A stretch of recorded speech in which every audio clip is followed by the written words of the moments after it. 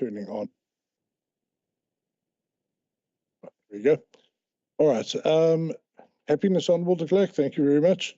All right. As per our norm, we're going to go around the room and introduce ourselves. I'll start with myself. My name is Tim Brouterset. I'm the chair of Scopa, and I'm obviously a member of this committee. So if I could move on to my left. Morning, honourable members. My name is Kabul Kwanazi, coordinator for Scopa. Morning, Honourable Chair and Honourable Members. My name is Daphne Kuzaya. I'm the legal advisor for social development as well as Scopa for the session. Thank you. Good morning, Honourable Chair and Honourable Members and officials. Honourable Chantal de Boer. I'm a member of the DSD committee. Thank you. Lawrence de Klerk, member of Scopa. Ketomthandayo Dlungwane, member of Scopa. Tagiwe Malopa. Good morning, Chair, and all the best for the new year. My name is Mervyn Dirks. I'm a member of Scopa. Morning, Chair. Honourable Mkhize. I'll be replacing Mbanjwa. The letter has gone through the processes yesterday.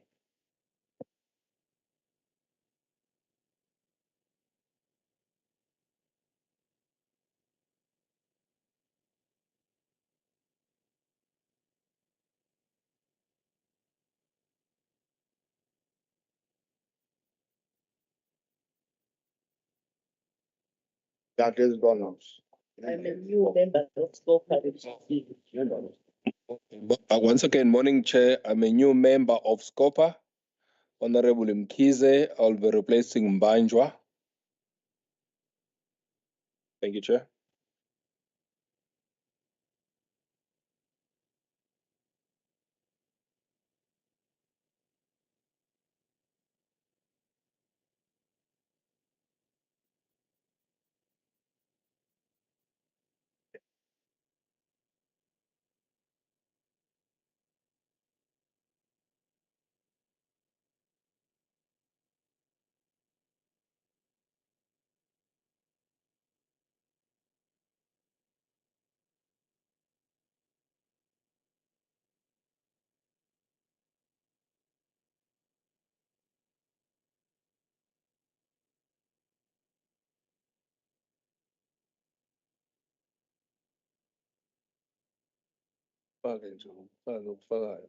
Teams zonke le bezifethu word lonke as empty is my plan.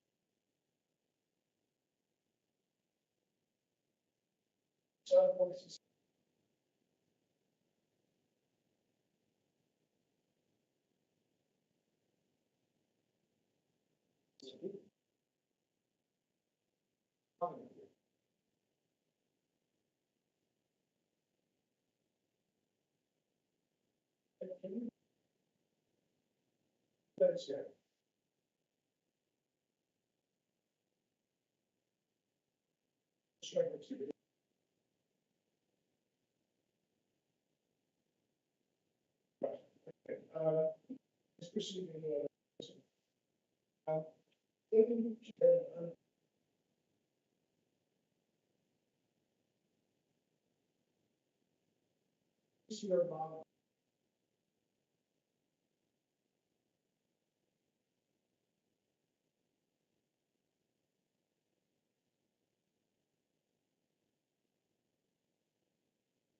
you, Chairperson. The MEC is stuck on the traffic. She's trying to join, but there is a network challenge where she is. So would like to tender her apology.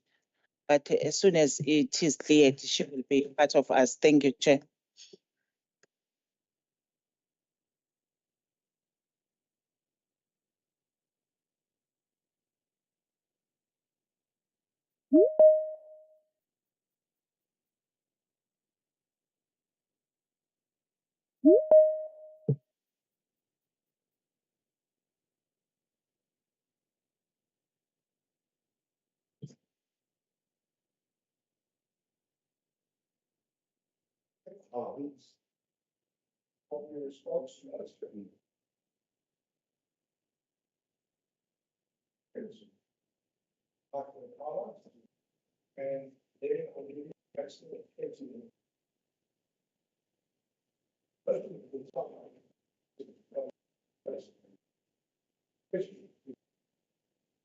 But before we go there,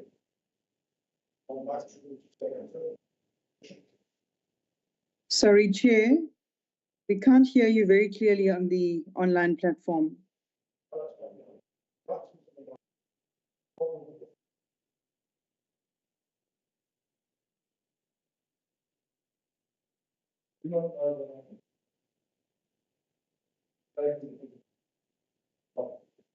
Anyway, let's proceed.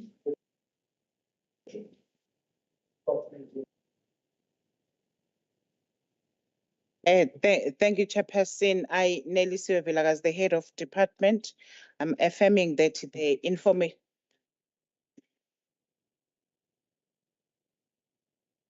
Thank you.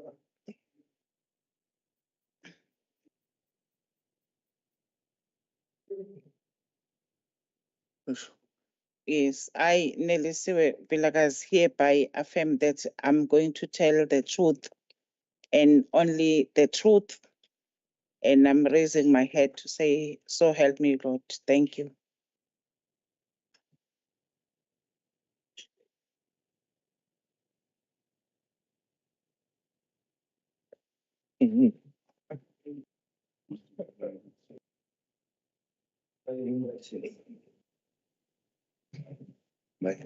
No proof.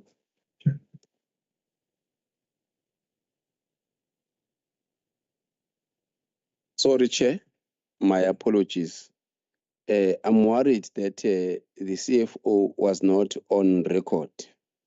The mic was not on.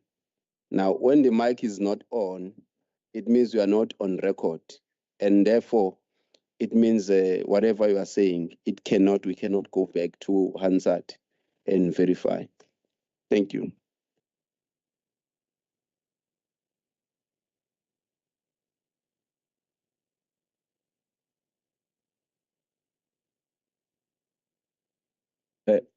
I, Sanzo Zungu, hereby affirm that I will tell the truth, nothing else but the truth, so help me God. I'm Oli Singongo. I hereby affirm that I will tell the truth, nothing else but the truth, so help me God. I, Simpiwe Ngumalo, affirm that I will tell the truth, nothing else but the truth, so help me God.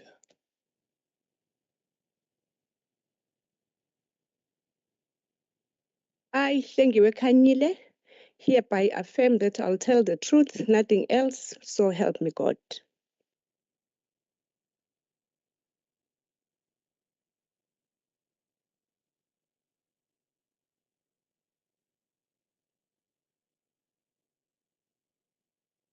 Then continue. Can you hear me better now? Is the sound improving? Okay, wonderful. Good to know. All right.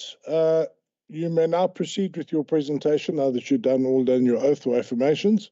Remember, I'm giving you 20 minutes maximum. So we start, it's now 9:12. So 9:32, I'm going to close you down. Okay, and then we're going to get stuck into questions from the members.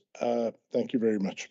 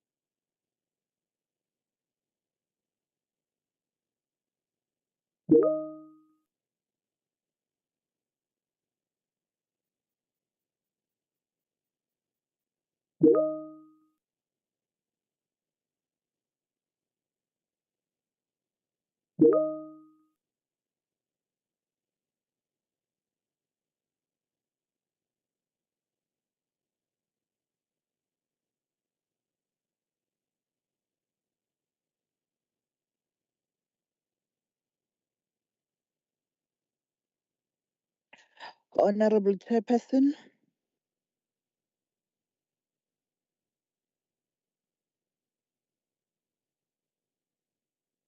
Yes, honourable member. I can't see who that is. Honorable Chair, we have lost the sound in the virtual platform, so we are not following any conversations. Is that honourable MEC Shinga? Yes, Chair, thanks. Thank you, MEC. I'm so glad you could join us. MEC, I'm asking the technical staff to attend to that. And then when the department is finished with their presentation, I'm going to ask you for some input for 5 minutes if you can. But we will work on that. Thank you very much, Honourable MEC. No problem, thanks.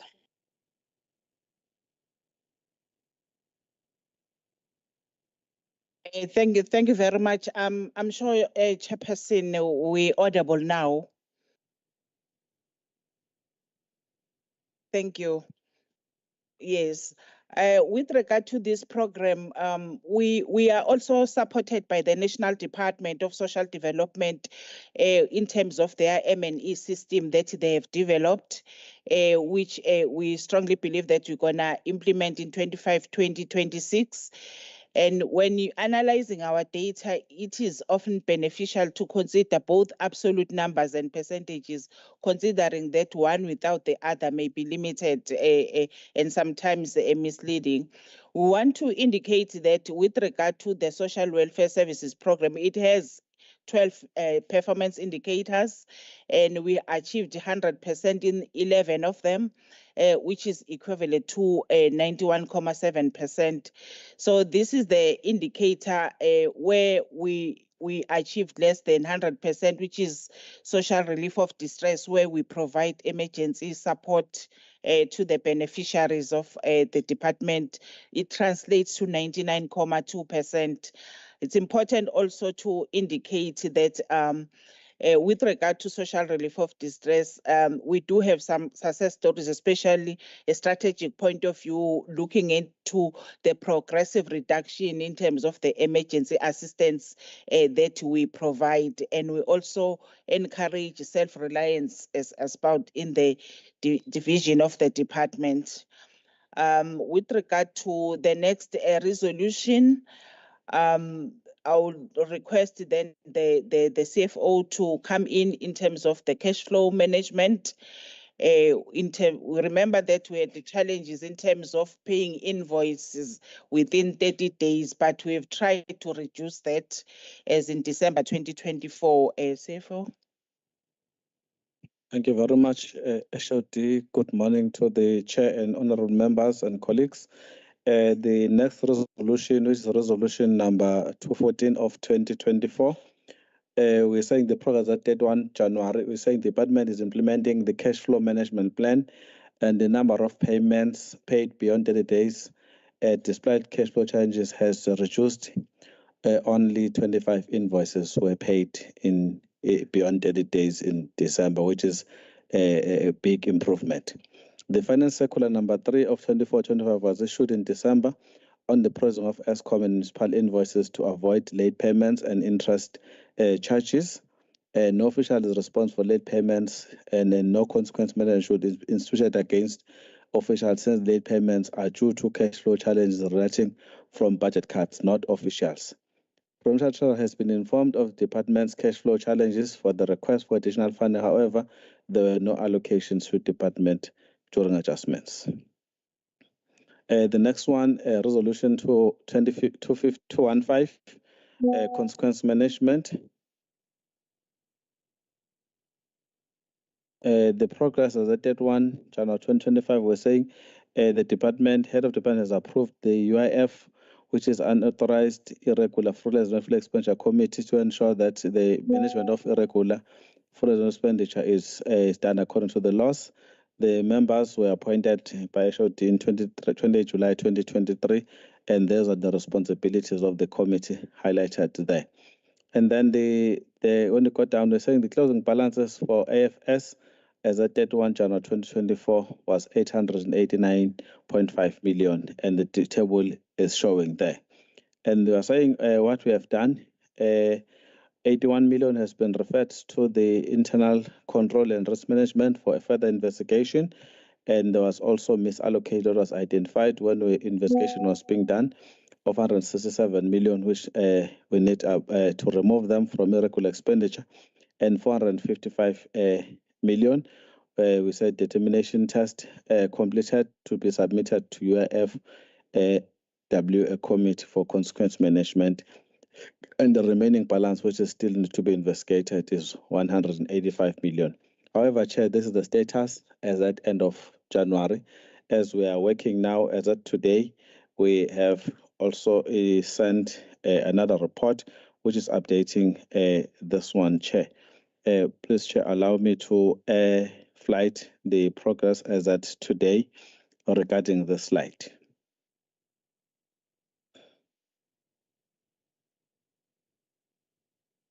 On this, yes, we have sent this document.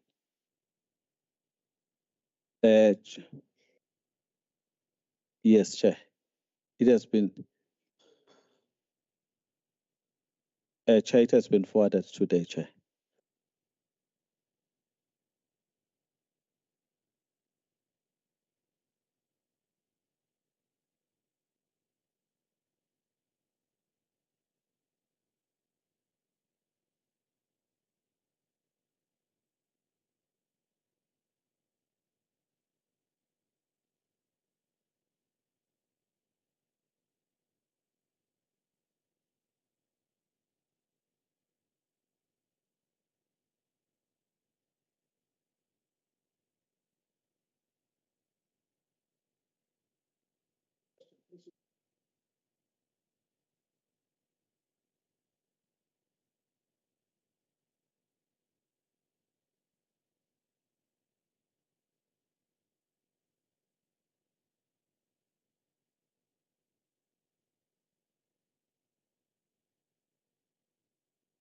They reported now that they have any extra information, which I sent them to email it to me.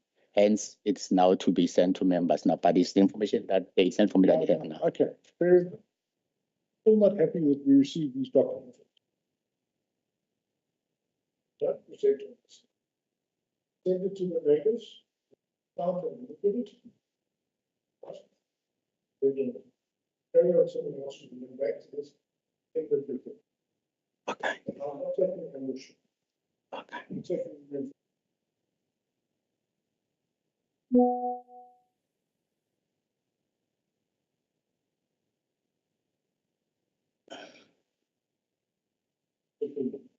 Okay, thank you very much, Chair. That is the information on the screen, as we are saying, as at 31 January. This was an investigation that was done by the department, and outstanding was 185 million, which is still to be investigated, and 455 million. The investigation has been completed and is waiting for the condonation by provincial treasury, and consequence management has been initiated. The next one with the fruitless and wasteful expenditure, we are saying as at beginning of at that end of 31 January 2024, the fruitless was 4.1 million. Investigated is 2.2 million. Still under investigation is 1.9 million. And we are saying the outstanding balance to be completed in terms of investigation by 31 March 2024. Resolution 216 is the similar because it's talking to same internal control deficiencies regarding the late payment is similar to what we have presented in the previous resolution, where we're saying the payments the delay in payments has been reduced to 25 invoices in December 2024, and we've issued a circular number 3 regarding Eskom municipalities, and there are no officials that have been charged or consequence management because the delay is not due to officials, due to cash that is not available. And provincial treasurer has been informed regarding the request for additional funding, and there was no adjustments that was allocated to department. The next one, resolution 217, is talking about cumulative irregular expenditure, not yet condoned. It's a similar response that we have already provided, where we did a breakdown of this 889 million, where we're saying the department have done the investigation. So much has been completed, so much is still under investigation, and so much is waiting for the approval or condonation by provincial treasurer.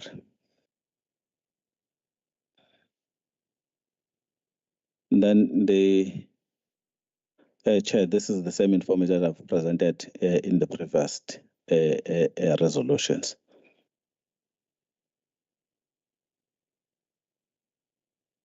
And then resolution 218, which accumulated less and wasteful expenditure of 4 million.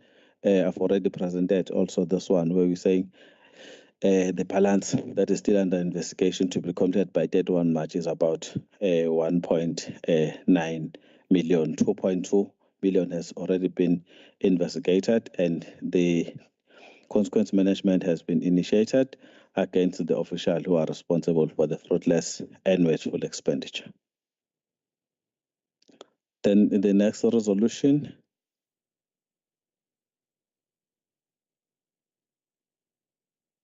resolution 219, which is unauthorized expenditure.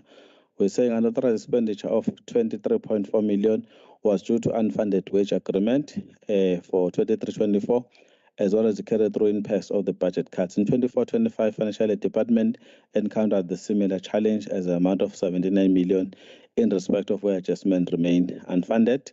In addition, there were accruals and payables for 23-24 amounting to 207 million, which has to be paid in 24-25 financial year.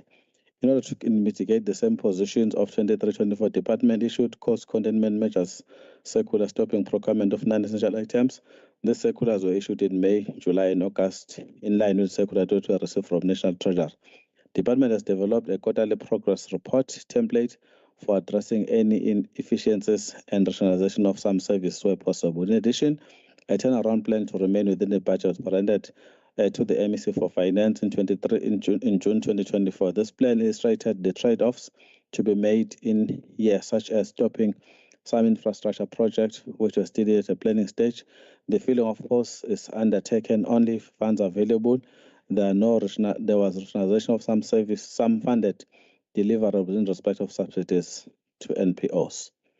Then the next one, Resolution 220, regarding the forensic investigation. I will request the HOD to take us through. Thank you, Chair.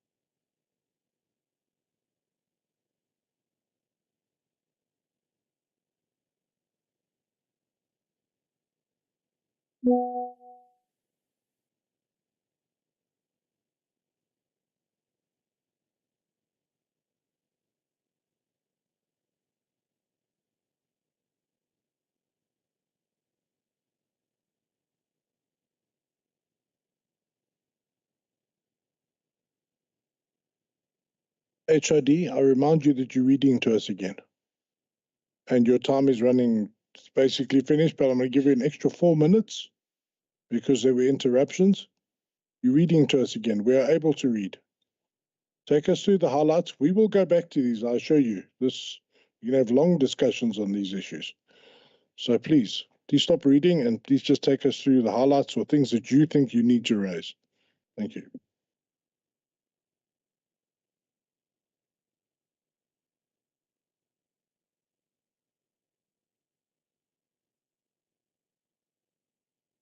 Sorry, Chair.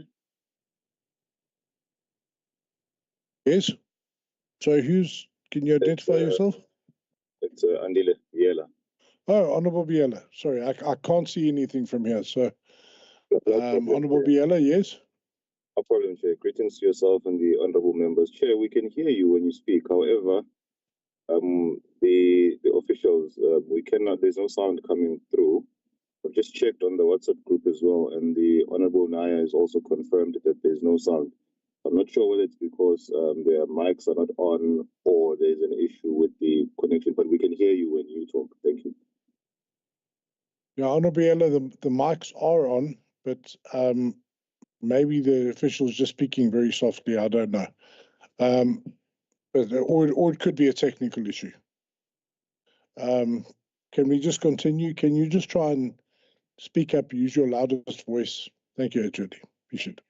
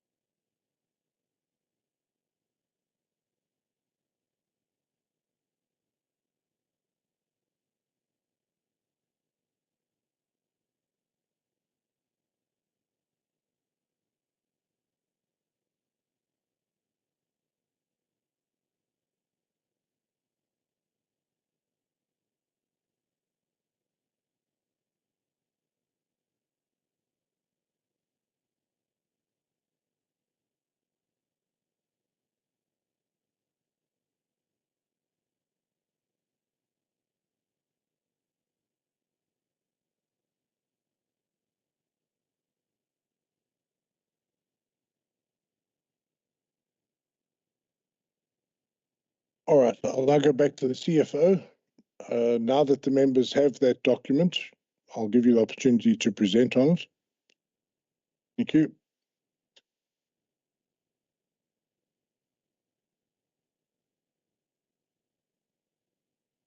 Thank you very much, Chair. The information that we were trying to bring to the attention of the committee is that since we have submitted as at end of January, we did not stop working. As at today, there's an improvement. So it's the same information, but there are figures that we wanted to bring to the attention of the committee to say this is what we have done. The information is on the slide. Apologies that we could not submit in time, but the information is on the previous, on the original report submitted. We are saying the information that is 538 transaction has been referred, amounting to 81 million has been referred to our internal control for further investigation, and 171 million has been identified as misallocation, does not belong to this book, irregular expenditure books, and 405 million to be submitted to HOD. It went to the provincial treasury for condonation, and treasury gave approval that HOD can carry on and write off this 405 million after considering all the framework requirements.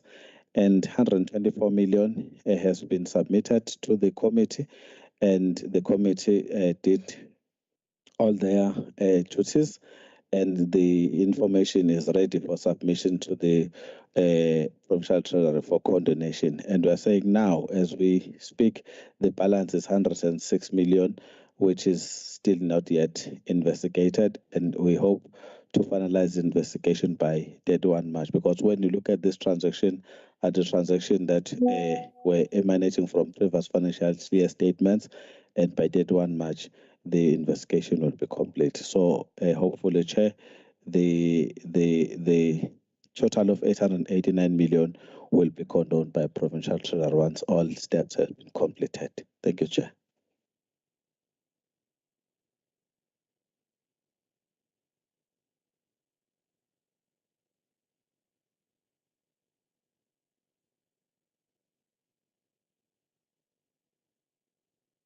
Right, just a quick question on that. Are you able to submit the Treasury instructions to this committee saying that you can drop the 405 million? Yes or no? You said you're sending 405 million to the HOD for removal. In other words, you're saying the Treasury agreed it can be condoned. Can you, and you say as per Treasury instructions? Yes. Can you send that document to us? Yes. Thank you very much. Okay, Thanks. let's move on. All right. I've got, I feel like.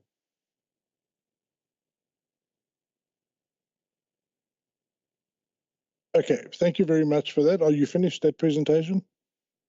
Okay. All right. I'm sure members will have questions if they want. All right. Now, MEC, if you are available and connected, we will give you 5 minutes. MEC, are you there? Honorable Shinga? Ngikhona, Honorable Chair. Of course.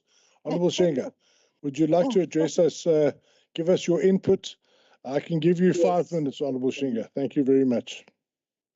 Thank you very much, Honorable Chair. Special greetings to you, Honorable Brother Seth, the honorable members, all the admin staff, the HOD, and all officials from the Department of Social Development. Honorable Chair and esteemed members, as the Department of Social Development, we welcome the opportunity to engage with Scopa in addressing critical financial matters that affect our operations as the department. We always view our engagements with Honorable Committee as an opportunity for us to improve our financial management systems and to tighten our efforts of ensuring accountability.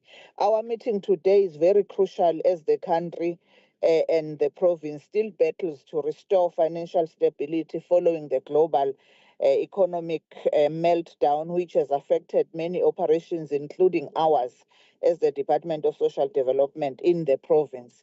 With such engagements, one is hopeful that we will be able to turn the tide, Honorable Chair. As the department, we work around the clock in order to ensure that we continue to provide much needed social services to the people of KwaZulu-Natal. As the province, we have so many issues that require our urgent attention.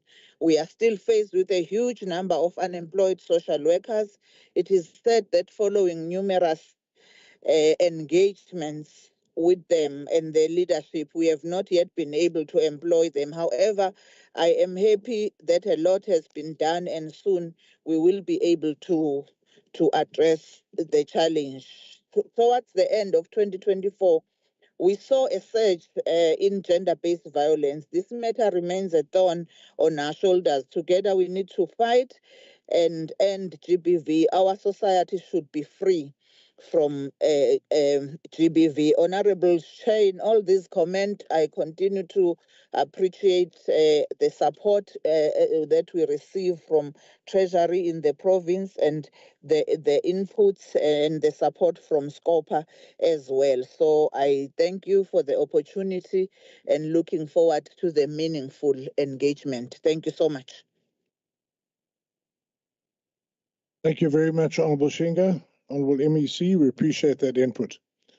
All right, members, now we come to the point where we can now start engaging the department.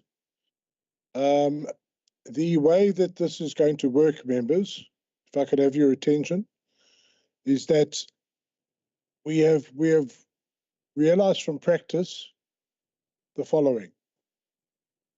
Scopa members will ask questions first. So if you're a permanent member of Scopa or representing another member of Scopa, you'll be given first priority to ask questions. That includes myself. Once we've done with all the questions from the Scopa committee members, we will then proceed to the other members of the portfolio committee. We welcome you here, members of the portfolio committee. We appreciate you joining us, but you please need to understand two things. First of all, this is a Scopa committee hearing, and we ask Scopa-related questions. What is a Scopa-related question? Well, it's simply public accounts. So we don't discuss at this meeting strategy, policy, AOP, the long-term budget plans of the department. We literally are discussing here what is literally in that report which you all received. So the Scopa members ask first, then I will allow the members of the portfolio committee if they've got any questions, but those questions must be related to Scopa issues. In other words, expenditure, fruitless and wasteful expenditure, irregular expenditure, unauthorized expenditure, etc., etc. So we focus here on the Public Finance Management Act. Okay, so those are the rules of engagement, as it were. So I'm now going to allow the members to start posing their questions. Department, you will remember that the way this works is, once I recognize a member, I give them the time that they require to ask the questions they ask. It's a back and forth. Okay, I don't interfere with that. It's a back and forth. So if they'll ask you a question, give them an answer. All right. So it's interactive. It's not take down 10 questions, give 8 answers. All right. Okay. So we will now start with the first member who'd like to ask a question. I saw Honourable de Klerk's hand up. Okay. Can I just take the hands? I have lots of questions. So if you're feeling shy today, I will fill in for you. So I've Honourable de Klerk so far. Are there any other questions? Honourable Magubane.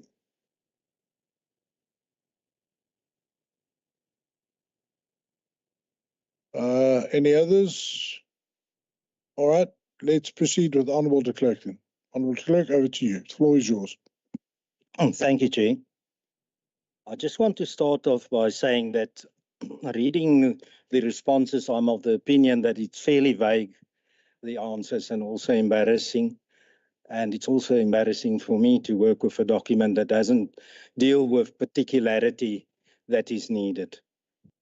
The first question is, when you budget, do you take into consideration that there will be cost cutting? Yes or no?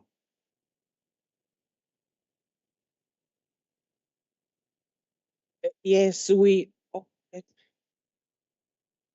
Okay, no, thanks, Chair. We do take consideration the cost cutting. If you budget, do you take consideration of the unfunded mandate of salary increases, meaning you at least use the CPI to increase your salary bill? Okay, thank you, Chair. The salary bill from previous financial years, when we are preparing the budget, is normally funded by National Treasury. Yeah, but we know in the past years it has not happened. It's been an unfunded mandate. Yes, I'm coming to that, honourable member. In 23-24, this dilemma started. So we did not budget for it because we were expecting it to be funded.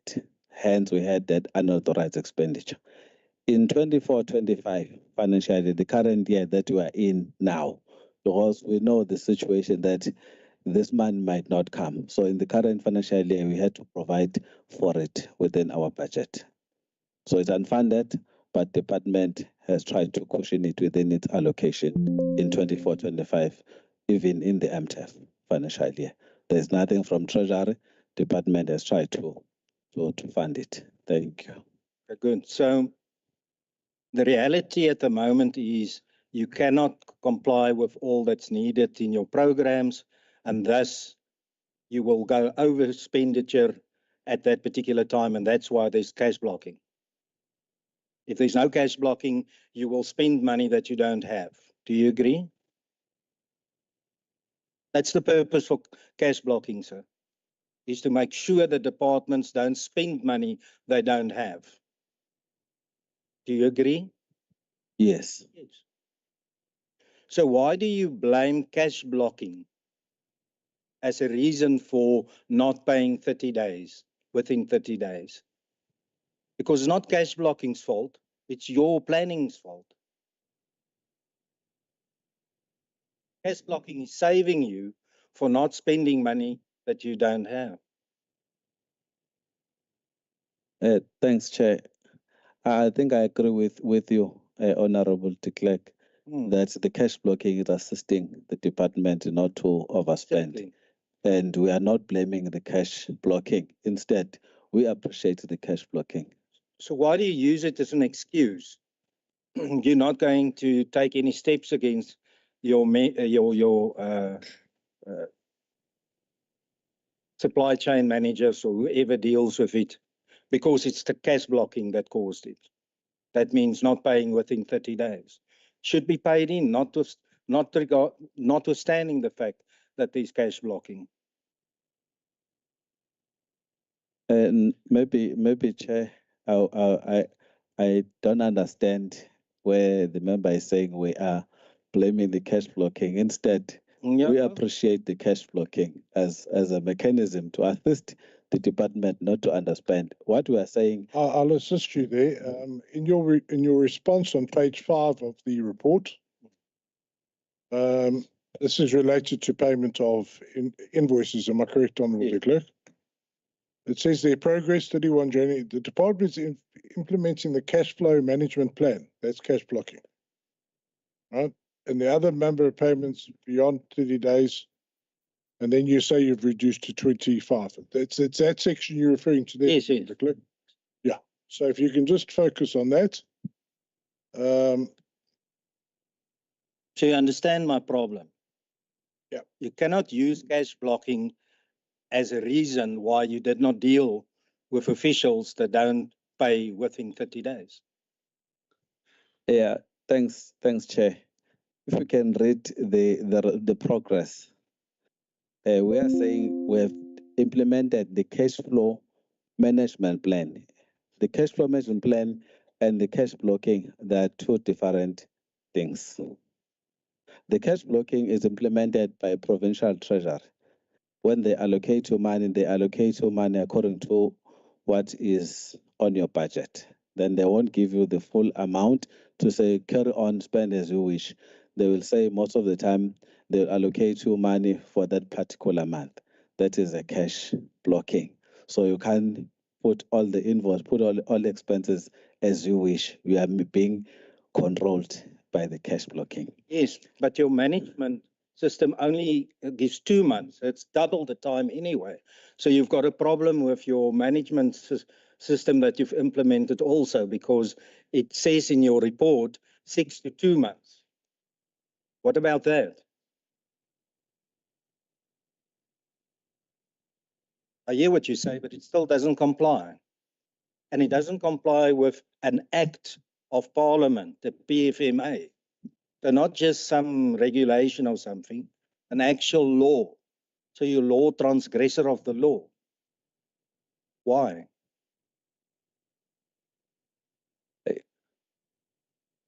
Thank you, Chair. Maybe I might not understand the question very well, but we are saying, despite the cash flow challenges, if I can come, Chair, is that this thing of cash flow challenges is resulted from the unfunded wage increase. If the wages are not funded, so it's a challenge with the cash flow, since now you're going to get less cash because the man is going to pay salaries. The money that you have available to pay invoices is reduced. So you're willing to pay all your invoices within 30 days, but the money has been taken to pay salaries. So you want to pay all your invoices, but you can't.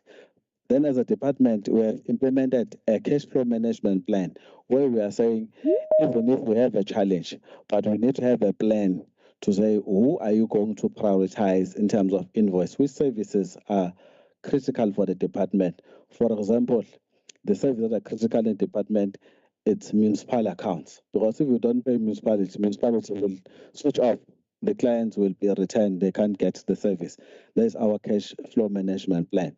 And we're saying once we've prioritized all those essential invoices on monthly basis, the invoices that are paid within 130 days in December, they have reduced from 1,000, they are 25 now. So the plan is working, even though there are still remaining invoices, but the plan that we're implementing is showing that there's an improvement. Thank you, Chair. Yeah, but my problem is your plan is contrary to the law.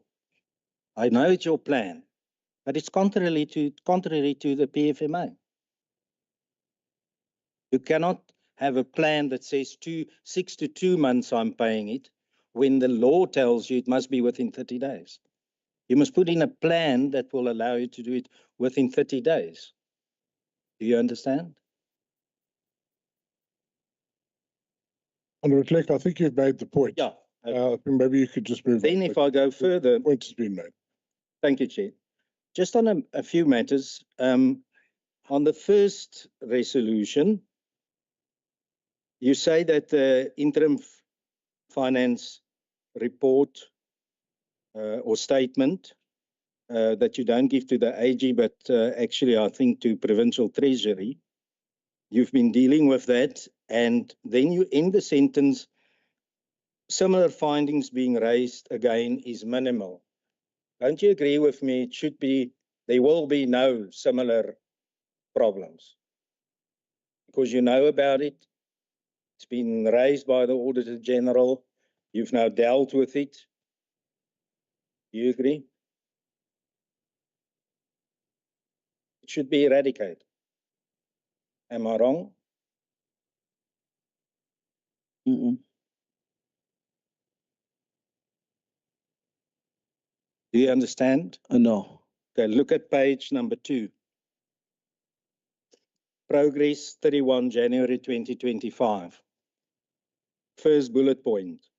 The interim financial statements are submitted to the Provincial Treasury and not the Attorney, the Auditor General. The internal auditors then audit the IFS to ensure that the AG findings have been addressed. and the likelihood of a similarly finding being raised again is minimal. I'm putting it to you, it should be 0 because you've dealt with those issues that the AG has raised. Yes, I agree. Okay, so those wording is not correct.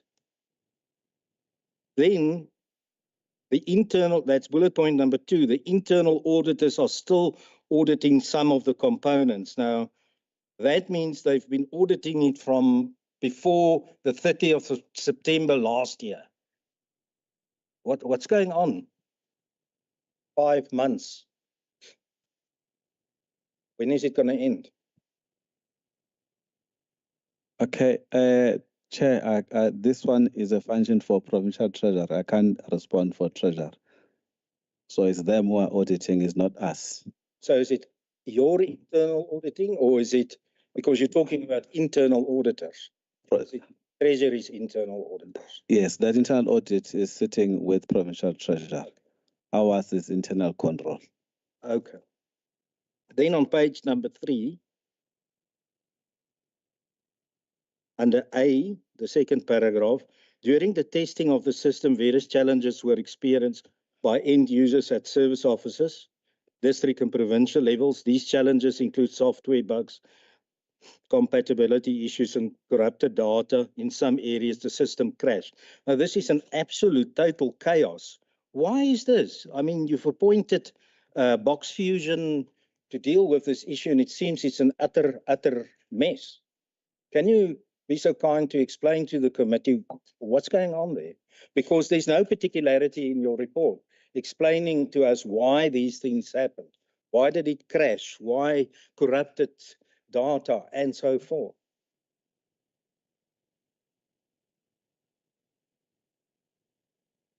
Because if you don't give these details, I might think it's because it's a corrupted tender.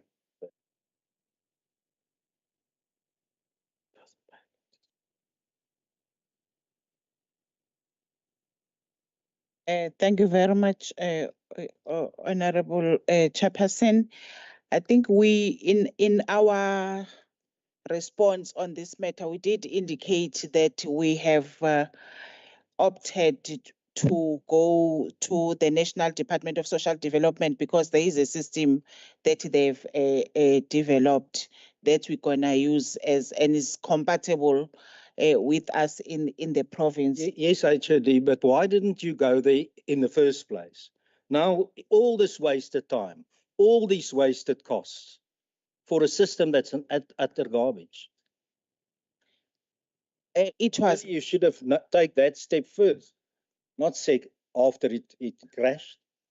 It was not there initially. Remember when they developed it now at a national level, they wanted it to be compatible for usage by provinces. For example, recently we've also piloted one system where our social workers throughout the province are able to do intake through that system.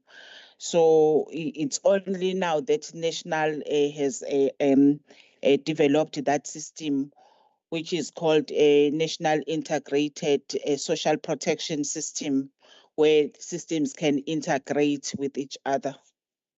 I hope you're going to sue this company for not producing, which I presume contractually they were bound to do. Will you do so? Because it's fruitless expenditure.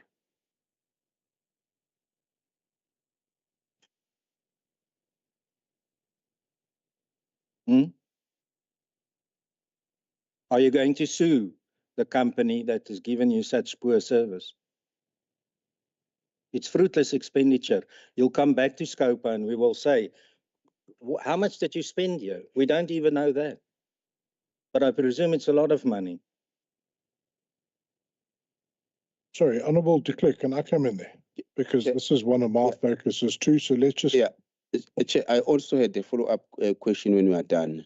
Yes, on the same issue. Let's deal with Box Fusion. Yes. HOD, I want to know from you now, how much money was spent on Box Fusion? Tell me now. Or your CFO. You should know this. because let's just look at your response again. The Smart Gov e-planning monitoring evaluation system was procured and developed through Vodacom RT15 transversal contract that is powered by Box Fusion as a specialist software development company. During the testing of the system, various challenges were experienced by end users at service office, district and provincial levels. These challenges included software bugs, compatibility issues, corrupted data, and in some areas, the system crashed. Subsequently, the department held various meetings with the service provider, Box Fusion, with the aim of resolving system-related challenges. However, some of the system-related issues were never resolved by Box Fusion. Eventually, the utilization of the ePME system was put on ice, and the user manual could not be finalized. So first question is how much did you spend with Box Fusion? Please, let's know. How much was spent? Chairperson, I cannot confirm that now. We can. That's not acceptable, HOD. You should know this. I need to know before the close of the meeting today how much was spent with Box Fusion. And then secondly, I will need to know, there's a little term in law that Honourable de Klerk will be familiar with. It's called specific performance. Am I right, Honourable de Klerk? Yes. Specific performance. You can sue for specific performance. You can say, Box Fusion, you said you were going to do ABC. We want you to do ABC. Otherwise, we declare a breach of contract. You have to remedy that breach within a period of time. And if you don't, we sue you for damages. Am I correct, Honourable de Klerk? That's how it works. So the question is what is happening with that? This is a central question I really want to ask as well. So who's going to answer those questions?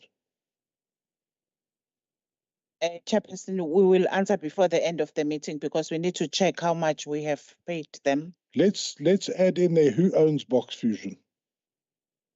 I'd like to know who owns Box Fusion. All right. Just on this particular issue, Honourable Clerk, with your, let's go to Honourable. Yeah, you've. I think we've now been joined by the MSC. I think on this very same issue, Chair. You see, the response says also the department is exploring the possibility of migrating. I think that's what you've been saying. Then what will happen to this contract? I think it's a similar question, but what will then happen when you do that? You know, because the first question that I had was that how much was this system procured for and how much has been the expenditure? Because we need to know how much was the initial contract, how much is the current expenditure. Now, what is going to happen to the contract, the current contract that you have on the system that does not work, that you yourself you are saying it does not work. So if we can be answered on that what is now going to be happen, what will happen to that contract when we are considering now entering into another contract on the National Social Development Department? What will happen with the original contract that you have with Vodacom RT15 contract?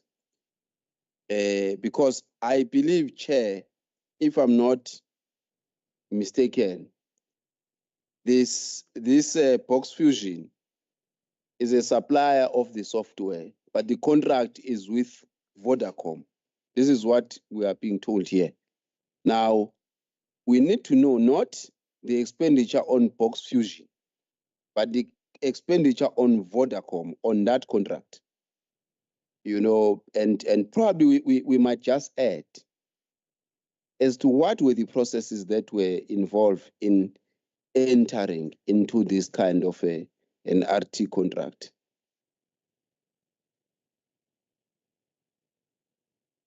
Thank you. Well, thank you, Honourable Glugwana. Yeah, you know, this is akin to going to a dealership here in town, buying a car under warranty, 200,000 kilometers. Then within the first 6 months, the car gives trouble. And eventually just say, I don't want this car, and you park it in the garage, and you don't go back to the dealership and say, hey, fix this thing. or give me my money back. So it sounds to me like you're saying this thing with Vodacom and Box Fusion powered by, I've got their website here, it's all very fancy. Whoever's involved, well, it didn't work, so we're just abandoning it. We're going to abandon the money we spent. We're just going to move to another system. Do you understand where we're coming from? This is very, very concerning. It's also concerning to me that you put it in one of your progress reports, but you don't come here armed with the information. You need to realize that in the next 5 years, you're going to appear here. Come armed with the information. There are very clever and sharp members on my left here who take their job seriously, who research properly, and they're going to come and ask you questions. So you need to be on your toes, please. But can you give us answers now? Just shake head yes or no. Are you going to come back to us so we can move on? Thank you, Chair. We're requesting to bring the report so that we give you accurate information based on the questions. Okay, I see a whole lot of your members, your colleagues here. Instruct them now to start getting us information so we can finalize this in this meeting. Okay, we've got things, WhatsApps, email, send it to a staff member, say, please find this out. Okay. All right, Honourable de Klerk, please Thank you, continue. Chair. I don't have much left, just one question, but before I get to that, I started off by saying that your report is vague. Now you've seen it's vague and embarrassing. If you deal with issues, deal with it with the necessary particularity that we can understand what is going there, because otherwise, I'm repeating myself, I will infer that something is wrong. And I will go further, I will infer that you knew about it. That's why I'm trying to not give us the information. It's important to give that information. And then the last question is regarding consequence management. I'm sure you read through your progress on all the disciplinary, criminal, whatever, civil matters. First one is 15 years old. And then it just goes on, you know, these matters emanates from case numbers open in 2010, 2013. There's not one current one, 2015, to come to the committee and say that there's still investigation, ongoing investigation of a matter of 2015 that was opened in 2015 is shocking. What did you do to follow up from the police? What is going on with this matter? 10 years ago, we reported it to you. Mr. Prosecutor, this thing has been lying with the National Director of Public Prosecutions for 15 years. What's going on? You can't come with a report referring to all these old matters, actually proving that there is absolutely no consequence management. Also in your report, the 2 instances that you deal of consequences that followed was a warning and some reconstructive course or some course the person had to go on. Nothing will change in this department if people are not taking to task. And that includes you that sit here. All these problems that takes 30 pages that we have to deal with today boils down to one thing, Honourable HOD, and that is that there is no consequences in your department. Because warnings and courses is no consequence. And that's why you've got all these cases that's just lying there. And people just moving from one department to another. They die. It takes so long, they die. You must be embarrassed. Really, if I was HOD, I would have been embarrassed to put in my report clearly a breakdown of justice. Justice delayed is justice denied. There's no justice in the consequence management of your department. Thank you, Chair. Okay, I'll have to go to the next person to put their hand up, but I will take the hands. Honourable Magobane, and then I'll go with Honourable Dirks, and then Honourable CQ. And then Honourable Magobane, then Honourable Glungwana, No. Are you happy with that order? Yeah. Okay. So then we'll go Honourable Dirks, Honourable CQ, Honourable Glongwana. Okay. Honourable Magobane, please, the floor is yours. Thank you, Honorable Chair and the members, the department. Chair,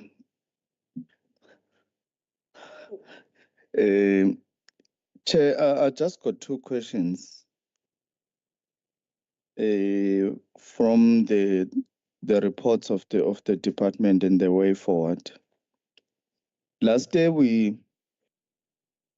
I can remember this because I'm the one who I think who deliberated on it, the issue of the NPOs and their standards. And the standards was relating to health and safety and the condition of the infrastructure. I heard you, HOD, there's a slide where you went on it, that there are health and safety standards that you have put it in place as the measures. But I didn't hear you clearly when it comes to the infrastructure, because you said it's not funded by the department, but there should be conditions. I think we agreed on that the department cannot keep on depositing money to the NPOs that also doesn't look after the infrastructure, where the infrastructure can be dangerous to whoever that they're looking after in those NPOs. So did you implement anything or maybe on the contractual agreements as to the conditions of the infrastructure you placing maybe the elders or the orphans on should be this kind of of the building or whatsoever? Did you do that? Did you put anything in place when it comes to that? The second question, it's relating to the 171 million that it was incorrectly specified. How did it come to that stage where it was allocated incorrectly to the irregular expenditure? What was it? What kind of transactions that were spotted wrongly or identified wrongly or specified wrongly, or they were transferred wrongly, or seemingly they were said it was irregular, but it was not irregular? What kinds of transaction is that? Because it's quite big amount of money for any auditor to say this is irregular expenditure, and then you go after then you say no, it's not irregular. What transactions are those? The last one, it's relating to the department in Matateni, because the HOD and the MEC is here. In Matateni Social Development, the building there has got many issues.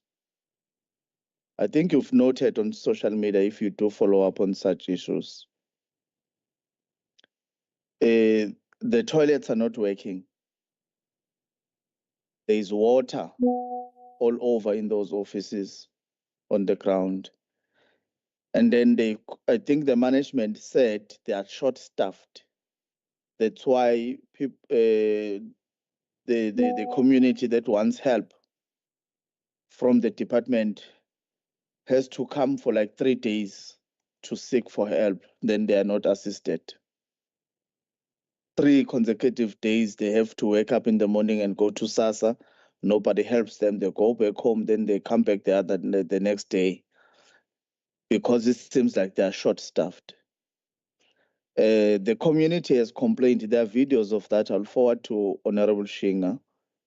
There are videos where community was there, and the videos of the toilets that I have. It's something of 2 weeks back. There are videos of the toilets that are not serviced. There's many leakages, and then I think they are closed. They can't even use them. Whoever comes, they cannot utilize the toilets. Whose building is that? Because there's information that came that the building does not belong to the department. Who is the building, or is it a department infrastructure, or the department is renting on those buildings in Matateni? I think I'm raising this because my office actually is going to be next to the social development. So I'll be receiving many issues. They will come out of this door from social development and get into my office all the time. So let's find a way now of fixing the current issues that are there, the basic ones. Toilets are not working. The community has to come 3 days to seek for one and the same service from the department. They are not being assisted. Are there any issues with vacancies or staff that is not enough to service the community, specifically in Matadini?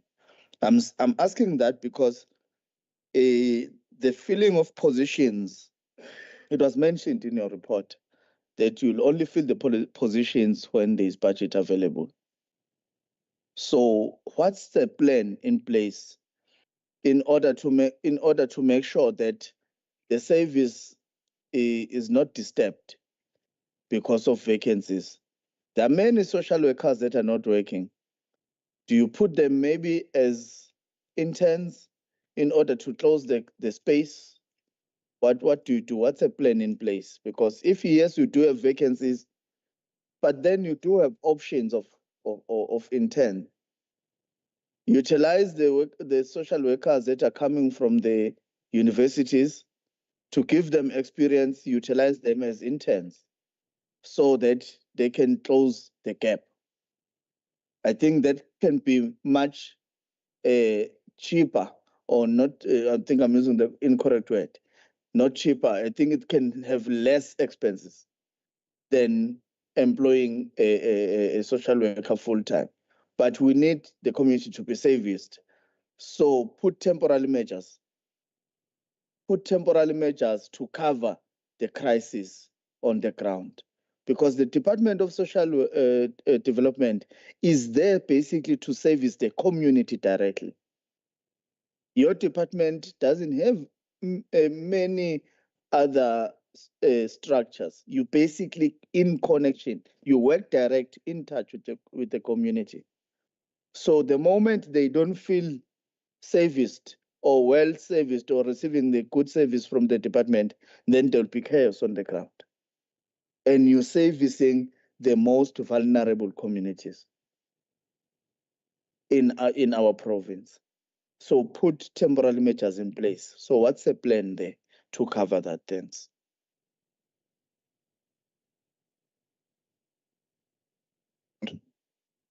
Maybe the methodology here. Would you like to respond to those questions now? So Honourable Magabani has got happiness.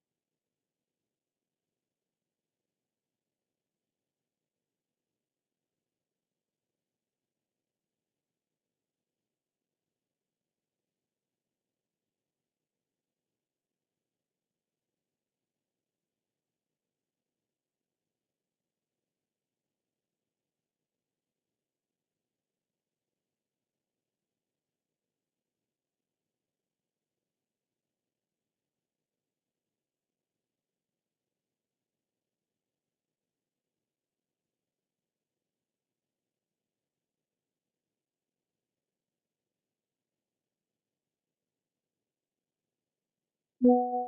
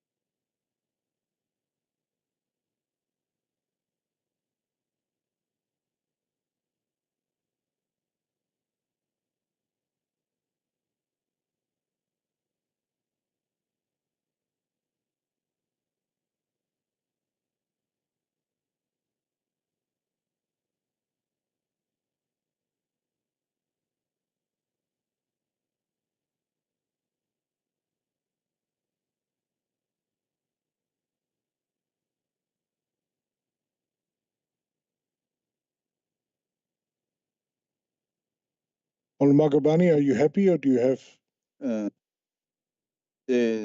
Thanks, Chair. Just wanted to get clarity from the HOD. There's somewhere she did not respond clearly. I'm talking about those offices that are utilized by SASSA. They are next to the Matateni Magistrate Court and next to the police station. So there's SASSA there and also social workers there, social development.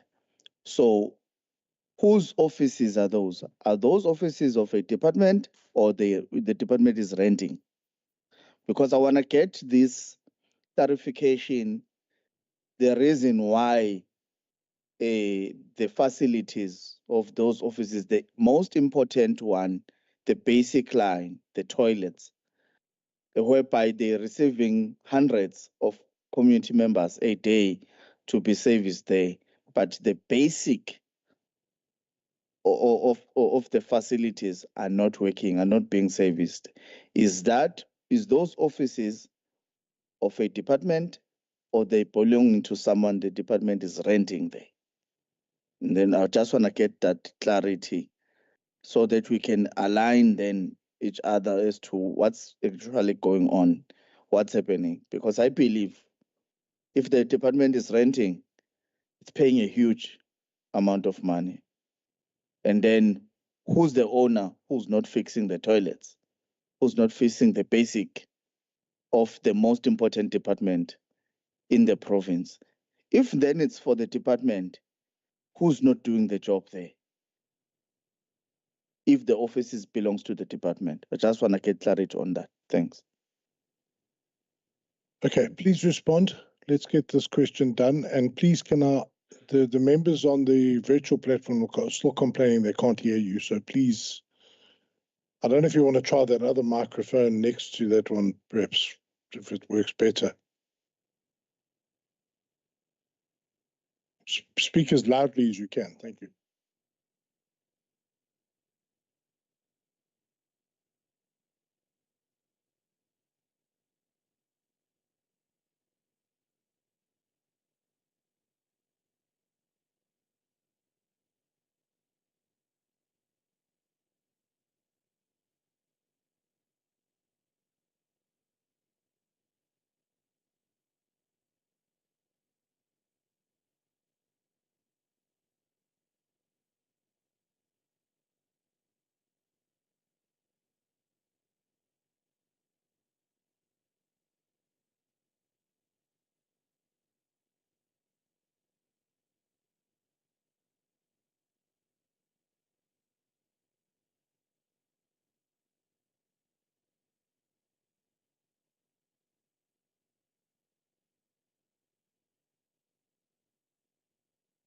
All right.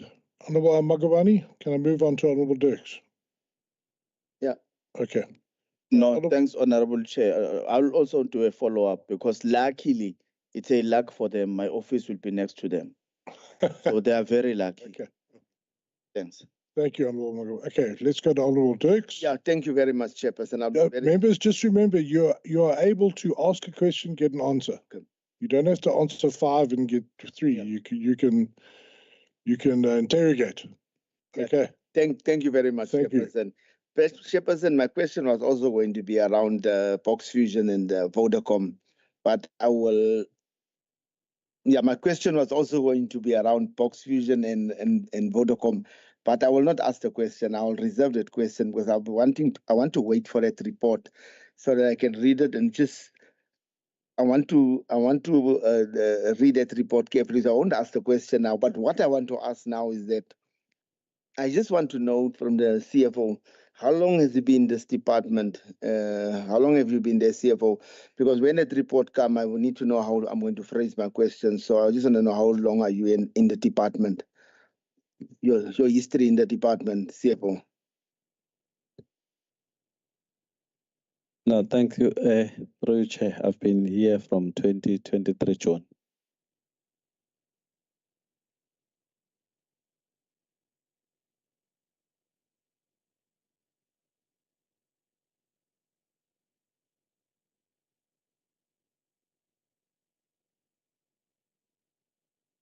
Since 2020.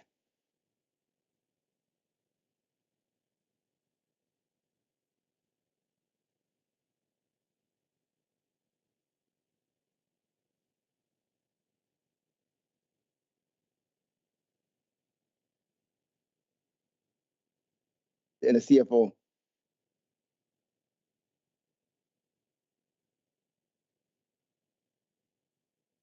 Who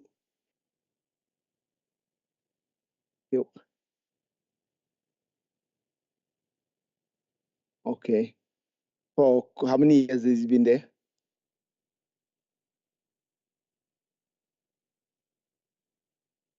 But is internal audit? No.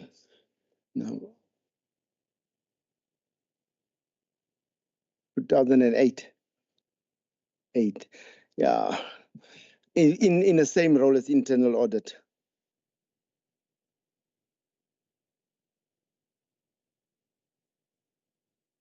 Okay. No. Yeah.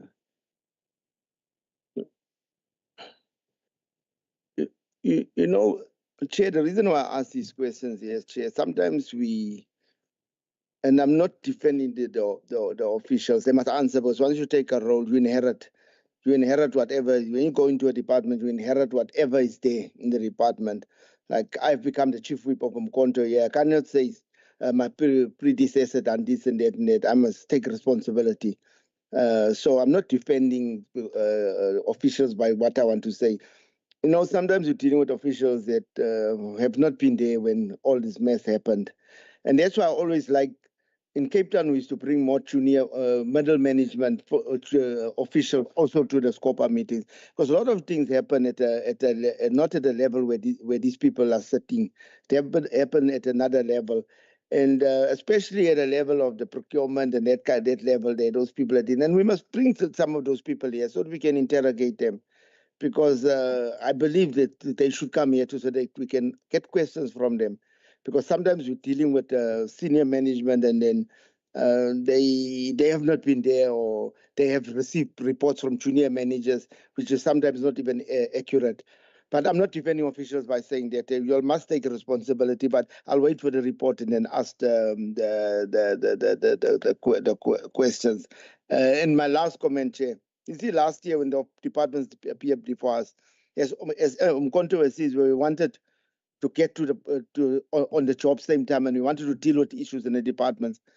But then after an assessment, we said, no, let us not do that because we don't want to be seen as people that are coming in here and that now want to attack officials and go on a witch hunt. No, we don't want to go on a witch hunt. We said, let's give the departments some time.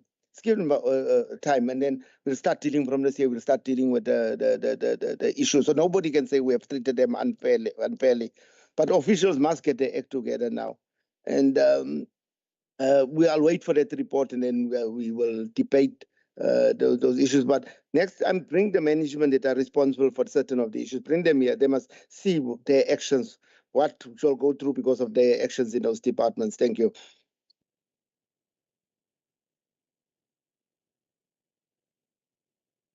All right, Honourable Matlopa, No, thank you. you're very up much. next. Please speak as loud as you can. I don't know what's wrong with Thank the you very much, Honorable Chair. you. We welcome the presentation by the department. And also we want to greet the Honorable MEC. Thank you very much for your presence, Honorable MEC, and the HOD and your team. We appreciate the report.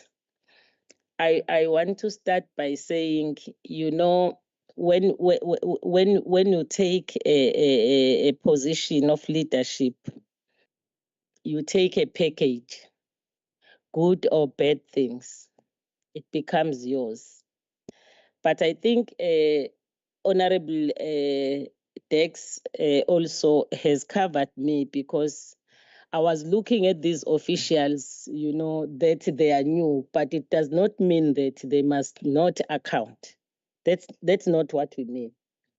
Because some of the issues that is raised here is for 2015, 2010, and Honorable Member is correctly saying that justice delayed is justice denied. But when we look, we want to say that the importance of consequence management, as the Scopa, we will follow on those particular matters. Even if it is for 2015, we will raise it because it's a concern. But we also understand that the officials before us were not even part of that. Honorable Chair, maybe you'll recall that the HOD that is here was in the National Department, just came, you know, and the CFO just came 2 years ago. But we want to set a tone of saying that consequence management must be done, must not be delayed, because you hear that this person has done that, but it will be actioned maybe after 2 years. And then these people that are doing wrong in the department will increase, because they will know that nobody is going to take action against us. But on the issue that the question was raised regarding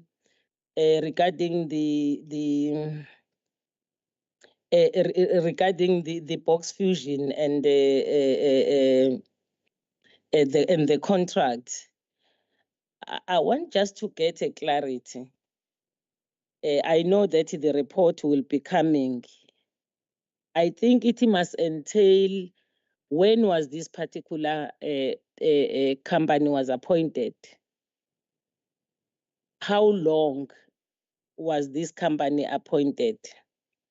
So that when we ask question, we know exactly. I don't want to cover what the colleagues have covered regarding the amount of the contract and what has been used and remaining, because it will form part.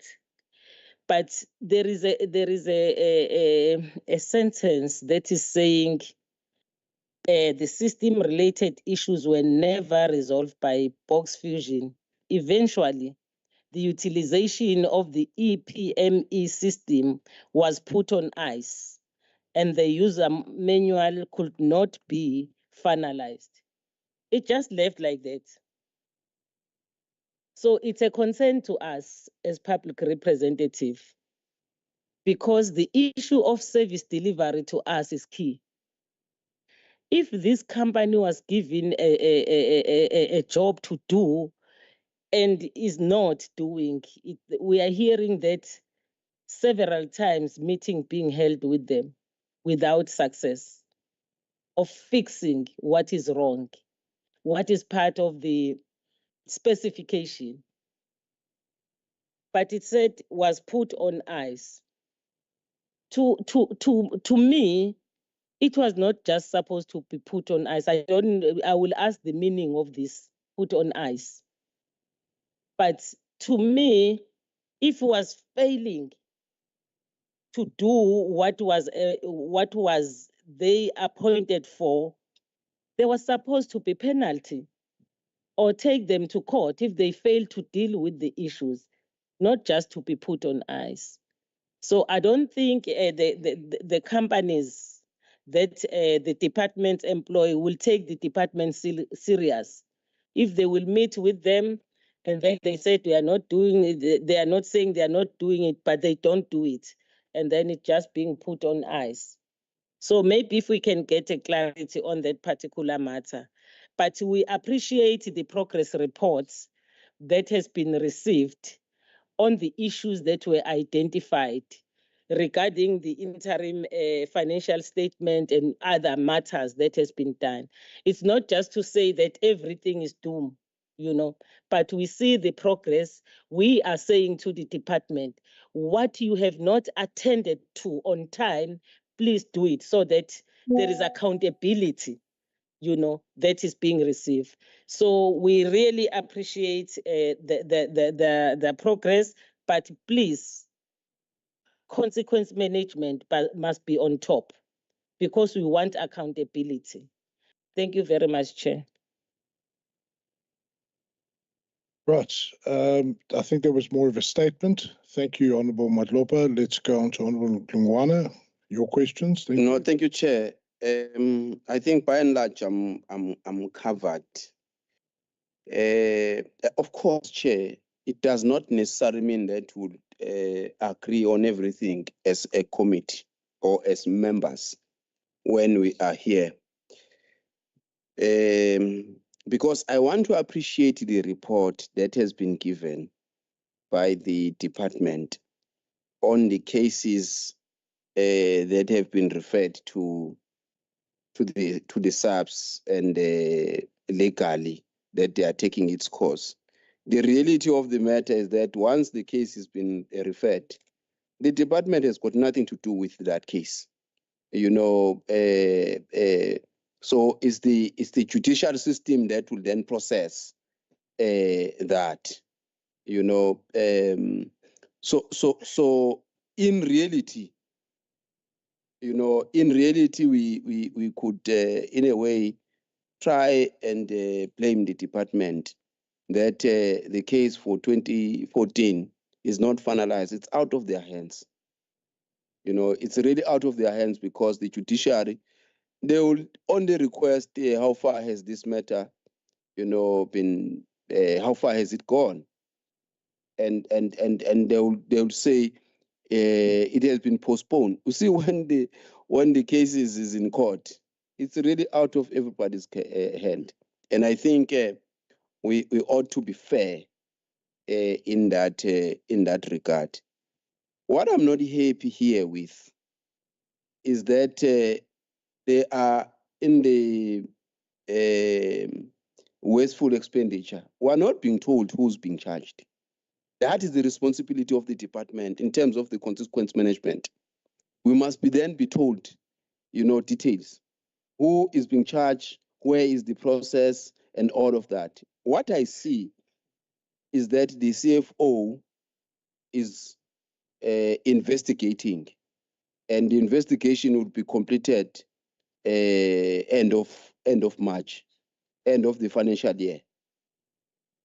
For me, that is not an adequate response, as it were. So I think moving forward, I think when the department is reporting, must give full details of this matter. Otherwise, the report, I went through it thoroughly. It's a detailed report. We must appreciate the department that it has given us an extensive report. Some of the issues that we are raising is because the department has been honest in reporting on all of the matters. in saying these are the issues on this matter, these are the issues of even the issue that we are not happy with, that we require more information now. It's because they've been upfront I know the attitude, Chair. So I think the report, we must appreciate it, that is detailed. Of course, there are certain areas that are missing, which I think they need to give us. Thank you, Chair. Thank you, Honourable de Klerk. I was about to start my questioning, but I'll give you the chance. Mine is just to assist Honourable Lungwani. The department is the complainant. The department can't hand it to the police and then say, it's nothing to do with me. They must now do whatever they like. The complainant is also the one that has to give the police ample evidence so that a successful prosecution can be there. So unfortunately, the correct procedure is the department needs to be constantly following up with the police. Is there anything we can do? What do you still need? Why is it taking so long? If you do not do that, 10 years after the fact, nothing will happen. We know that, unfortunately. That's how it works. It's like you go and lay a complaint of your husband that assaulted you, but you never follow it up, and it goes to file 13. At the end of the day, you're the complainant. You must make sure that the other departments that you deal with do their job. You can't just give money to an entity and then say, well, I don't have to oversee to see if it's properly spent. The same principle applies. Yeah, sorry, Chair. I think I've got a right of reply in this regard, because Honourable de Klerk is not assisting me with anything. The fact of the matter, and I've said that we're not going to always agree, when we get here on issues.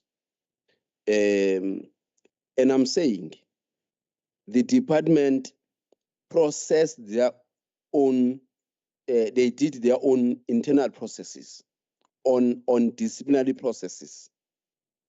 Now the case is referred with all of the evidence into police with the case numbers that they investigate, they do that.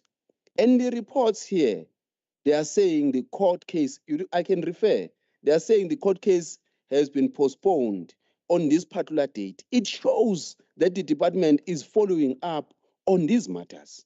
So it will be unfair for the HOD, for us as the committee to say, but are you proud, HOD, to bring such a report to us? The HOD cannot do anything beyond making those follow-up. Where is the process in the court? That's the only thing that the department can do.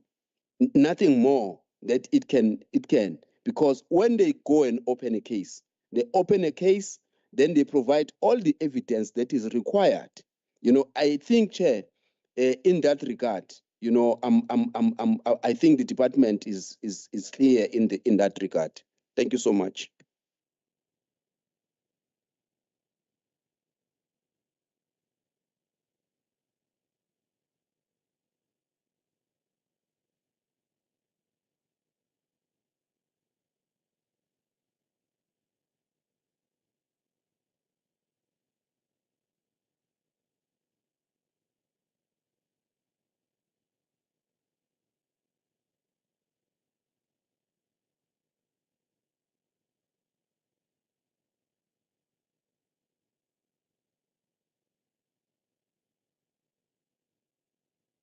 Can you raise your voice? We can't hear well. It comes and goes, this system here. Now I'm at a press conference. Is that better? All right. So the bottom line is, I think the committee would be happy, and I'm sure the portfolio committee as well, when you report on these issues, that you say NPA have told us they're not prosecuting for the following reasons, and give us detail, so we can understand. NPA have postponed for the following reasons, so we can understand. But I don't want to get stuck on this, right? Let me go into my question now. All right. So I have gone through this document with great and One thing the other members haven't done is I've gone through and I'm going to go into it, the SIU referral list. So let's work through this. If I go to page number 5, your progress response on resolution 215. I'm going to cut to the quick here. You've given us an update, and then you gave us another update today on the process. The frustration of the committee that's come out is that a lack of particularity. You have managed to get quite a bit condoned, but we need a schedule of which, you must understand, the PFMA is a piece of legislation in South Africa. If you commit irregular expenditure, it is a violation of the law. So the person involved in that violation is guilty of an offence. It's not just this amorphous, there was irregular expenditure. The person responsible for that should be charged for that.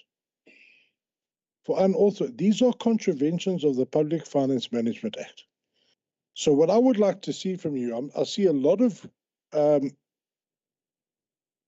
you've established a UIFW committee. Great.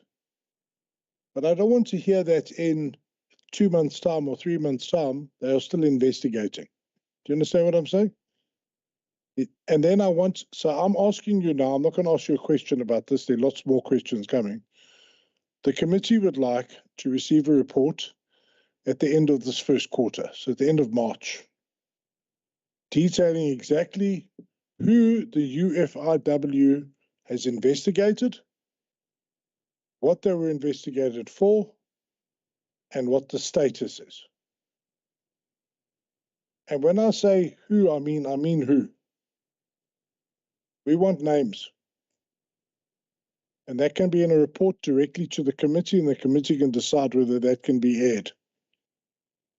All right? So I need a report with names. The SIU reports give us lots of names, so you can too. But let's move on.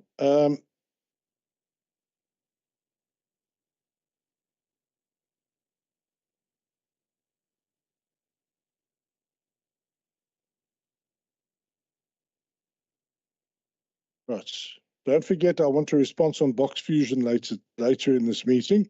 So I certainly hope somebody's doing some work at the back there.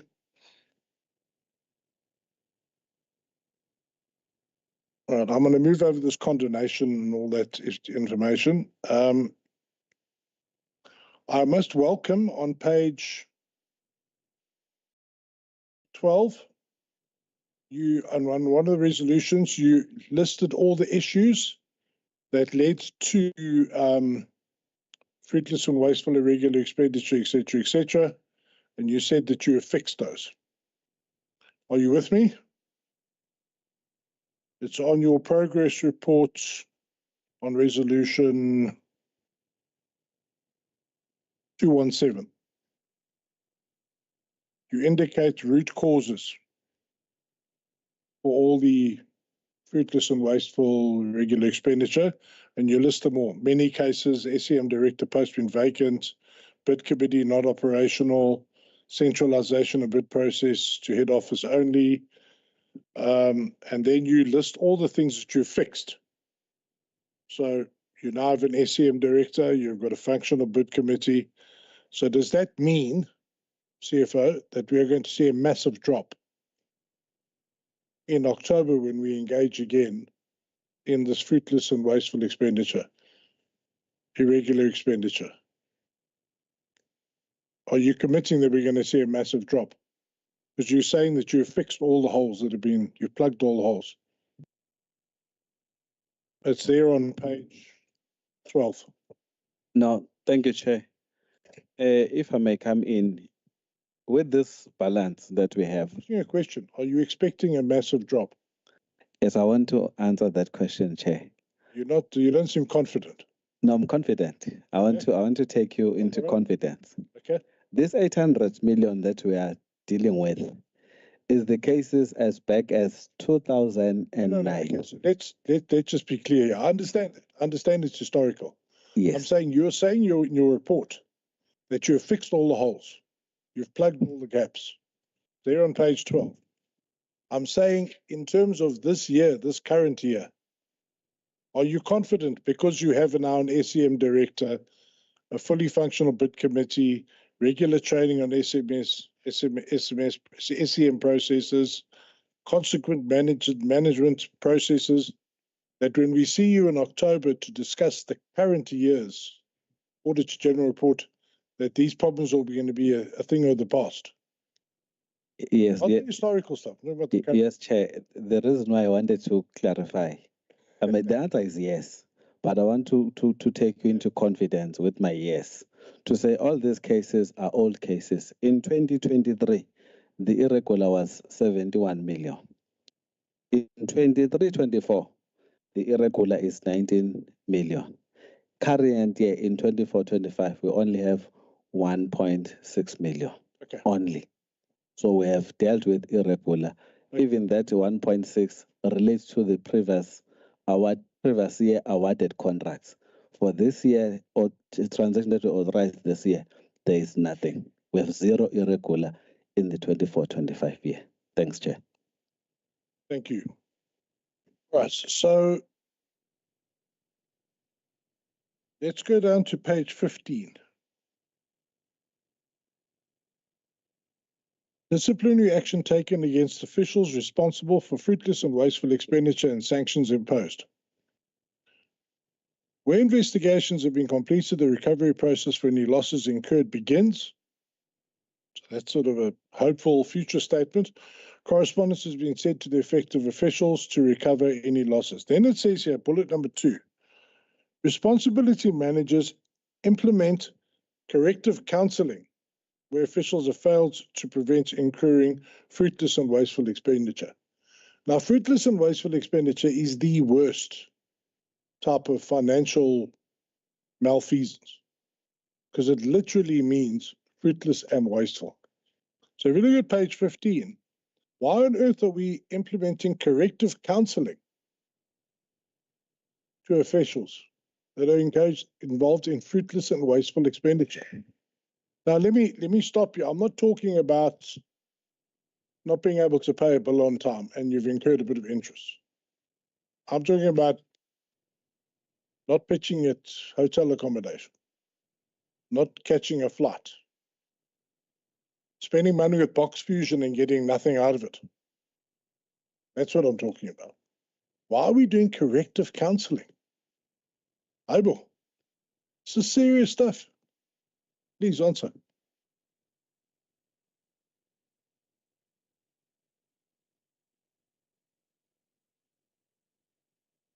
Corrective counselling. Can you not answer the question? No, thanks, Chair. Do you agree with me that that's completely insufficient? I agree with you, Chair, but I think we need to deal with case on its own merit because these cases are not similar. Firstly, maybe one of these cases, as you explained, Chair, that maybe the municipality was not paid in time or supply not paid in time due to cash blocking. No, I put the disclaimer there. I'm not talking about that.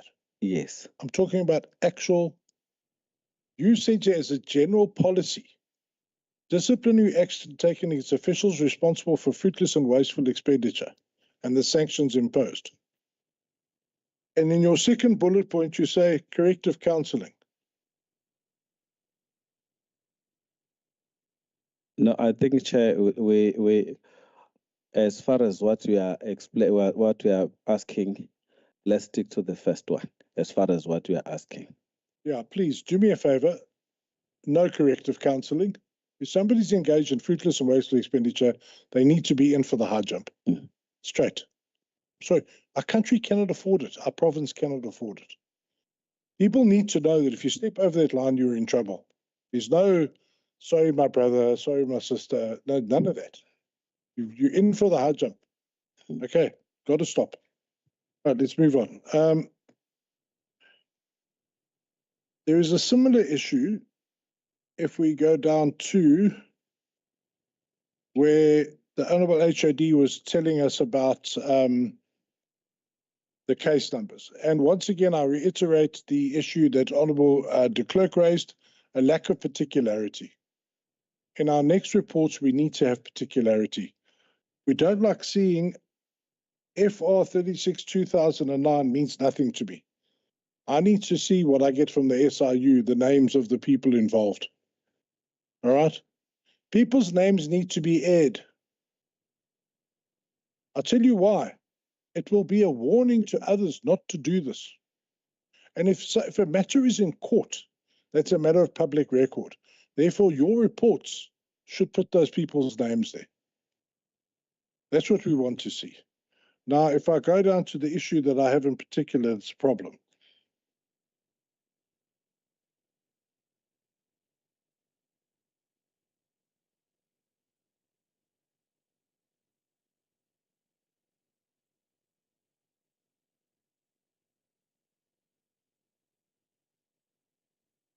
And once again, I'll just reiterate all the issues of following up. There are a number of cases in all these matters where there seems to be no follow-up. There seems to be no urgency and pressure put on by the department. For instance, in the one case, the Shawi police, the board didn't lay the charge as they were instructed to. Then the department laid the charges, but we're still waiting for years and years for the matter to actually finalize. There is another matter here that I'm concerned about. It was worth about 1.8 million. And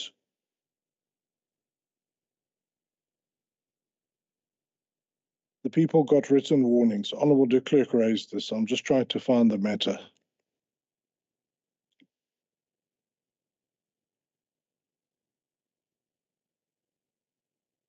Here we go.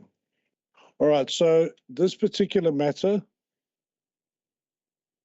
was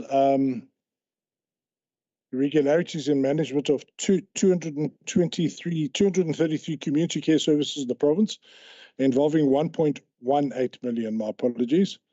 3 officials implicated have since received written warnings.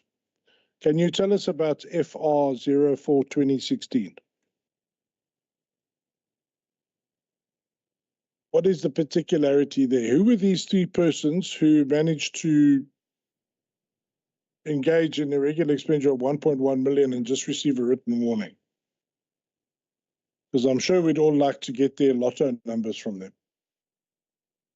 They appear to be very lucky, these 3. Can you give us detail on that?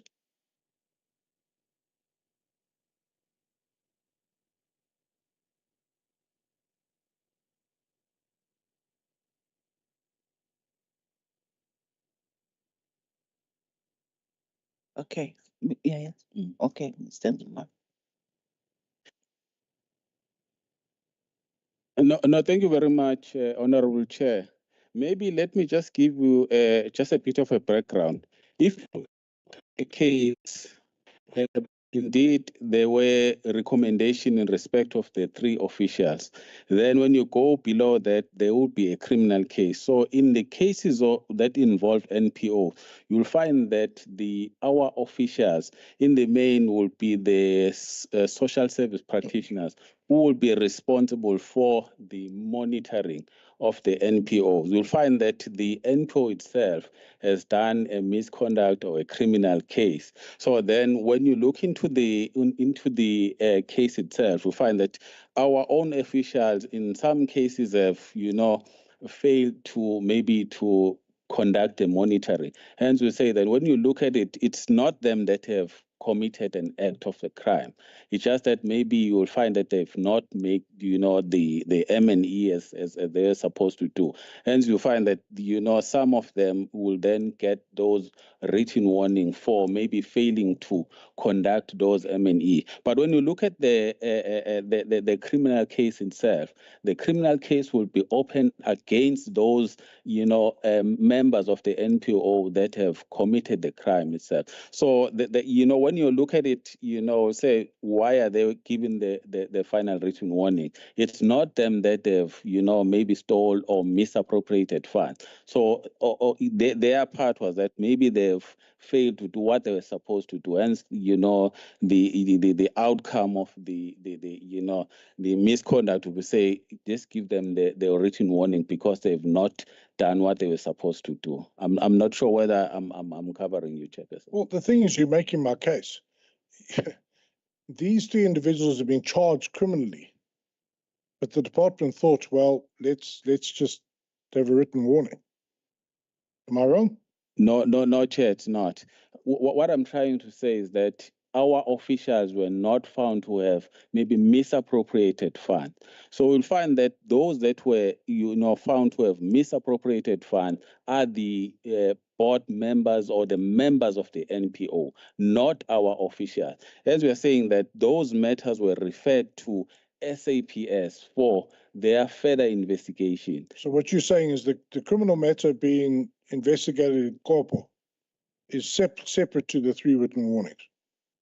It's the same case, but they're not investigating our officials. They're investigating the NPO. They're investigating the three people who got written warnings. No. No. It's the NPO members. Maybe just fortunately, your document doesn't read like that. Sorry, Chair. I must just make it clear to you, your document does not read like that. I think an observer reading it could say, oh, why they just got written warnings, but now there's a disciplinary. So please, can you just be more clear in the writing of your reports, who's who in the zoo?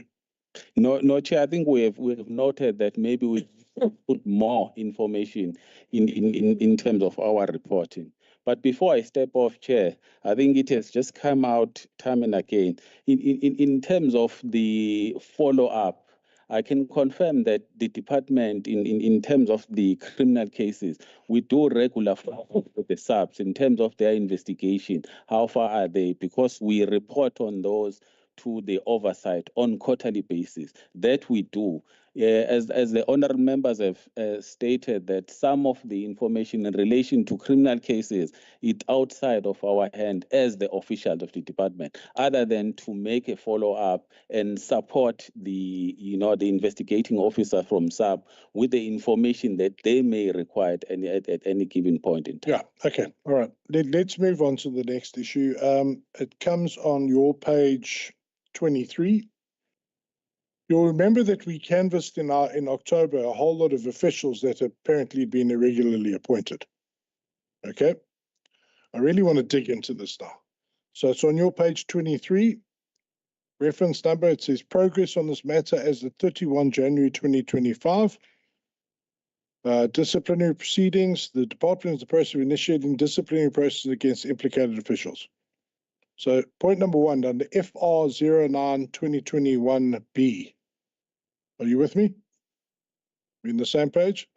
Point number one, irregularities in the appointment of a senior official. In respect of, and then recommendations in respect of irregularities in the appointment of a senior official, department in consultation with the Legal Services Directorate to consider taking corrective action against members of the selection committee. So now I've got to put you under the grill here. Who is that regular appointment of a senior official referred to in number one? Number one of your report. I need to know who is the person that has been irregularly appointed, and in the recommendations, correlating number, it says there should be disciplinary action against that person. Who is that person? No, thank you very much, Chair. I think in this case, it referred to... I don't need long stories here. Who's the person? What is my name? My name is Tim Bradisett. That's the answer I want. Okay. It was Mr. Makwasa, the director. Mr. Who? Makwasa. Makwasa, yes. Director. What position was he irregularly appointed to? It's Director, Youth and Women Development. Director, Youth and Women? Yes. Mr. Makwasa. Who appointed Mr. Makwasa? He would have been appointed following the selection process. There is a selection process of the department. So there was a selection committee that was involved. Who's in charge of that? the selection committee. Yeah. There's a chairperson of the selection committee. I think it was Dr. Klaba. It was Dr. Klaba, and there were other members of the selection committee, Chair. What was irregular about the appointment? That you're confident enough to say that there must be a disciplinary action here.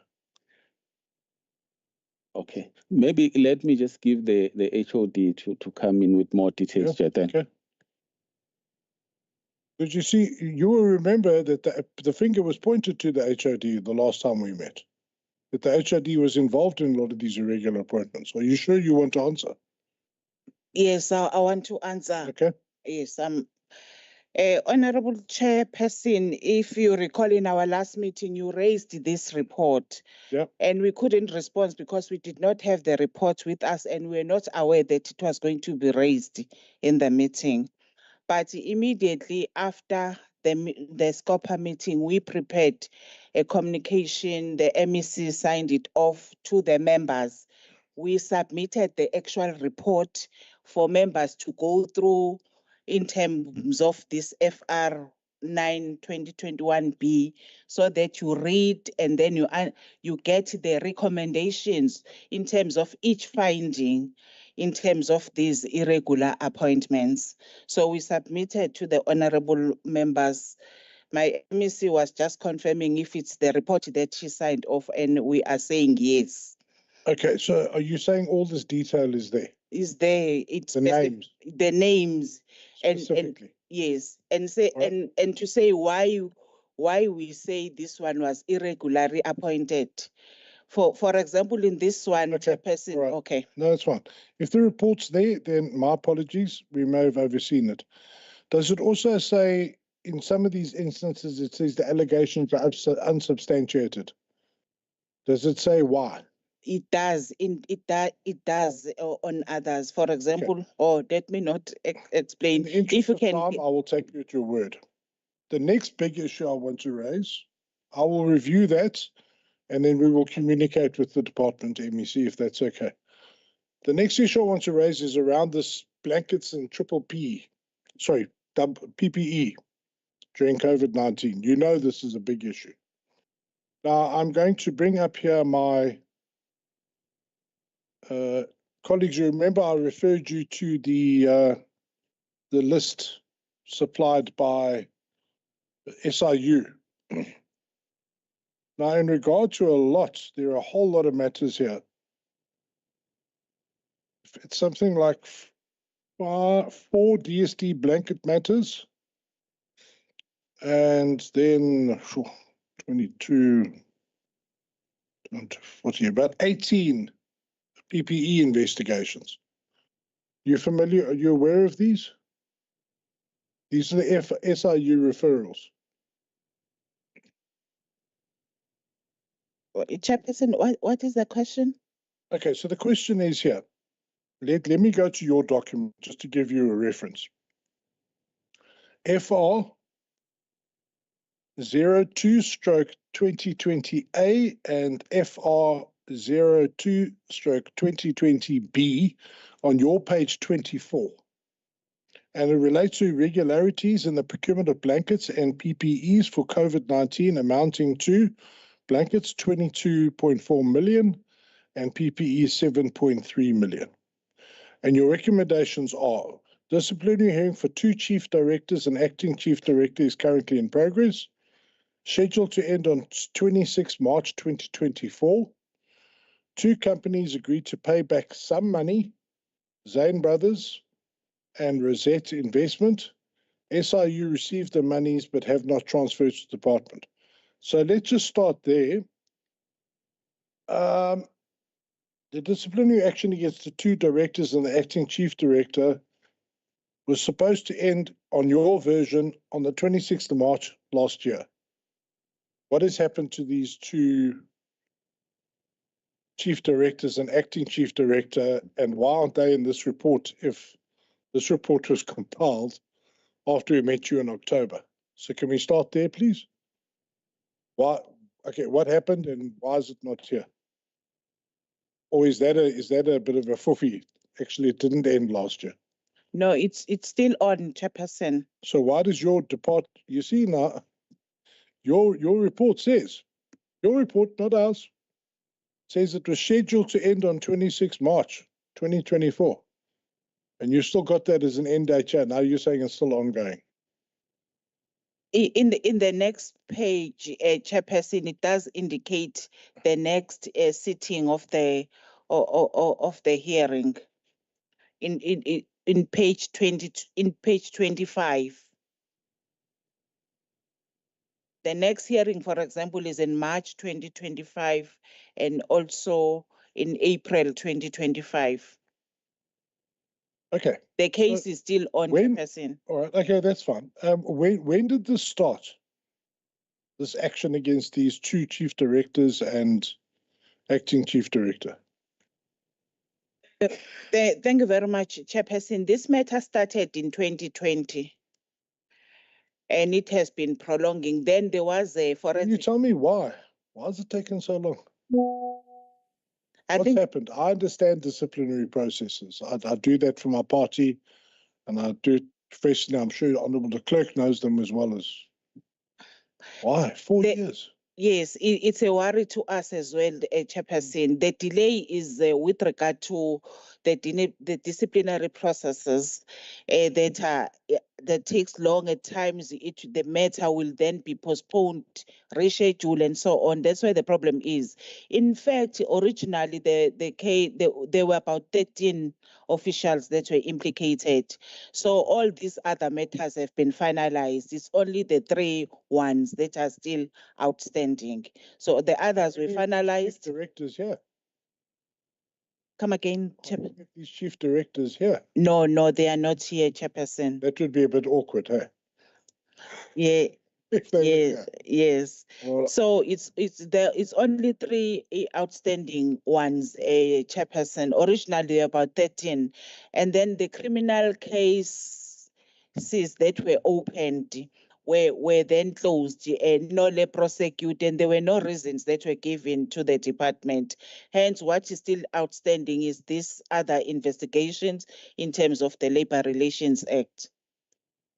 So you're saying that those 2 chief directors and 1 director, their matter is still ongoing. It relates to the blankets and the TPEs. 2 cases were opened at Maritzburg SAPS. They're investigated by SIU, and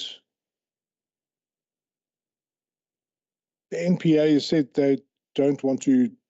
Surely the NPA gave a reason. Did you go after them and say, hey, need a reason? Yes, they did not. They submitted something in writing that says nolle prosecute. I know what nolle prosecute means. We will not prosecute. Yes, that's what they said. They did not give us reason. You write it across the docket or whatever. But have you asked for a reason? They said there are no reasons that they can share with us, but they won't be able to pursue the matter. I find that very, very unusual that you'll get no justification whatsoever from the National Prosecuting Authority or the prosecutor involved, that they'll give you no reasons whatsoever. I have a practicing lawyer here, and he's agreeing with me. Chair, they have to give it to you. They have to give it to you. And Chair, maybe if I can just come in on exactly what you asked. Yes, you give us clarity on that. Yes, on one of the disciplinaries, the process is as follows. It sat down for 2 days last year, I think September or something. Then they don't finish, then they postpone it several months into the future for another 2 days. Now that cannot happen with a disciplinary. Yeah. It might happen in a criminal court because that court roll is so busy that the next available date is in 2 months' time. But to postpone disciplinaries in that fashion is unacceptable. Right, look, so thank you. So I think what we're trying to say here is you need to tighten up that disciplinary process. I don't know do any of you here who runs disciplinaries? Is it any of your team here today? No, Chairperson, is not internally. We sourced support from the state attorney to assist us because there was no one internally who would actually manage these matters. I think that's. I'm sure MEC will agree that's unacceptable, because one state attorney's office cannot handle all the disciplinary matters that are going on. HID, you've got to look at a way of trying to tighten this up. Because if you just a client department, it'll take way too long, exactly what the clerk's saying. So please take that on board. And then secondly, please, you've got to come back. Somebody from your department's got to go out to the NPA and say, on matters 227 of 7 of 2020 and 228 of 7 of 2020, we want reasons for nolle prosecuting. We want the reasons.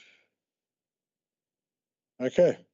Were those reasons given to you? Were they given to the SIU? Because the SIU prepared the case.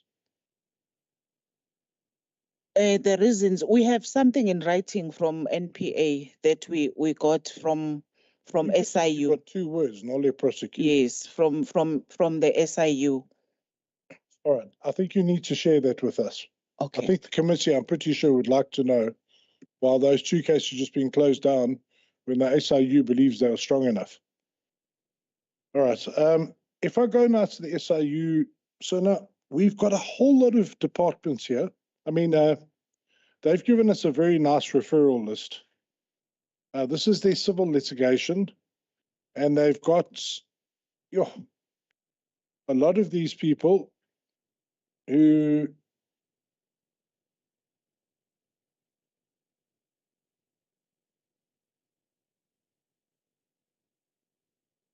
and the findings are as follows, and this is concerned. This is now there's 4 for blankets and the 18 for PPE. A lot of them, contract was deemed invalid. So these persons would have been contracted and they would have been paid, and then the contract deemed invalid.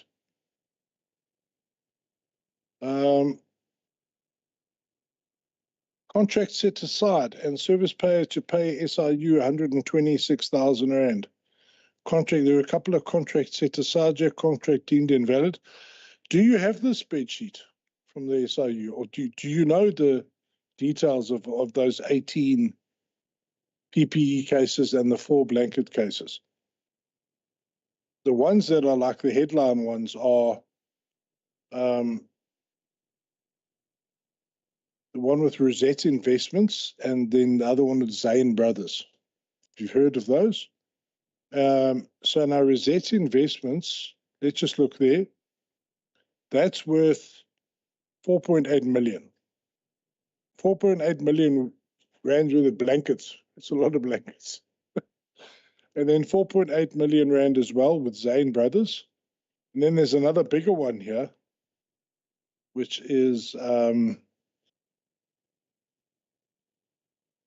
Gebela Investments. Does that ring a bell? That one is for 6.7. What is wrong with those contracts? SIU are saying contract deemed invalid. Can you explain that to us? Chairperson, I'm not sure about the contracts being valid, but what we know is that when the matter was taken up, remember the case was 2 cases were opened, and then SIU came in to actually do their investigation. So upon their investigation, there are these companies that agreed that they overcharged the department and were willing to pay back. So this is the money in page 24. Oh, that's Zane Brothers and Rosette. Rosette. Yes, that they paid to SIU, although SIU hasn't transferred that money back to the department. But with the rest of the cases, we're not sure Chairperson. But we have reports because as we were not there at that time when this thing happened. Yeah. Yes. Okay. So the officials you referred to, those two chief directors and acting chief director, they are being charged in terms of all of these things here. Is that correct? It relates to all of this. Am I right? So who would they also be the people that deal with compliance, tax compliance, SARS compliance? Because if I look at the SIU report, I see that, remember that name, Gibela Investments, the 6 million one, and then Rosette and Zane, none of them were compliant in terms of VAT. So who looks after that, CFO? Is that your department? Making sure that suppliers are VAT compliant? Okay, do you know about these matters at all? Use your microphone. I do not know these cases. I was not there, Chair. Yeah, because I've got a whole list of cases here, all from 2020. It's all, this was the big time to make some money during COVID-19. It was the great present given to so many entrepreneurs. And none of them, the whole lot, not compliant in VAT. How are you making sure that that gets dealt with nowadays? That people are VAT compliant? No, Chair. As we indicated that this year we don't have irregular appointments. Those were irregular appointments that were done. Then what we do now, we have a checklist. Once all SM processes are done, there's a checklist to say, is this a supplier VAT compliant? This supplier is what? So we have access to the system to check all these compliant requirements. If there's non-compliance, we don't award. So it's a checklist. There's a gatekeeper at the end to say, before we actually decide the award, there should be a checklist done. So if that checklist was there at that time, it was not going to go through. All right. So to sum this up before I now move on, and I'll be done with this. Effectively, HOD and what you're telling me, and I know it's not your self-responsible, but you are, as Honourable Dirk said, you inherited this. As of today, you've got a number of officials, but specifically 2 chief directors and 1 acting chief director that are being charged with about 30 million rands worth of possibly fraudulent action. Okay? The SIU is listed, most of the companies involved is not VAT compliant. Another failure on the parts of those officials. Okay? There seems to be a whole lot of dodgy contracts, etc., etc. The whole thing stinks to high heaven. But here, sitting here today, the NPA said nolle prosequi, and you have not said what? How on earth are you not going to charge these people and fought them? And then come here and say, you know what, we fought the good fight. Eh? These guys said they were going to do da-da-da. That's what really bothers me.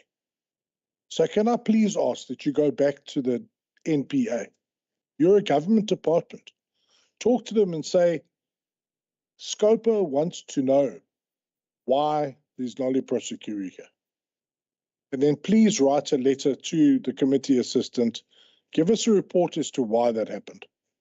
Because we cannot let this rest. I'm sure members agree. There's no reason to say, okay, it's fine. That can't be right. We have to investigate that. Okay, with that, my questioning is over. I'm sorry this has taken a long time, but it's the way we work. In fact, we've only been here 2.5 hours. It's early days still. So I'd like to now go to the members of the Portfolio Committee. Honourable De Boer, if there are any questions. Are there any other members of the Portfolio Committee here?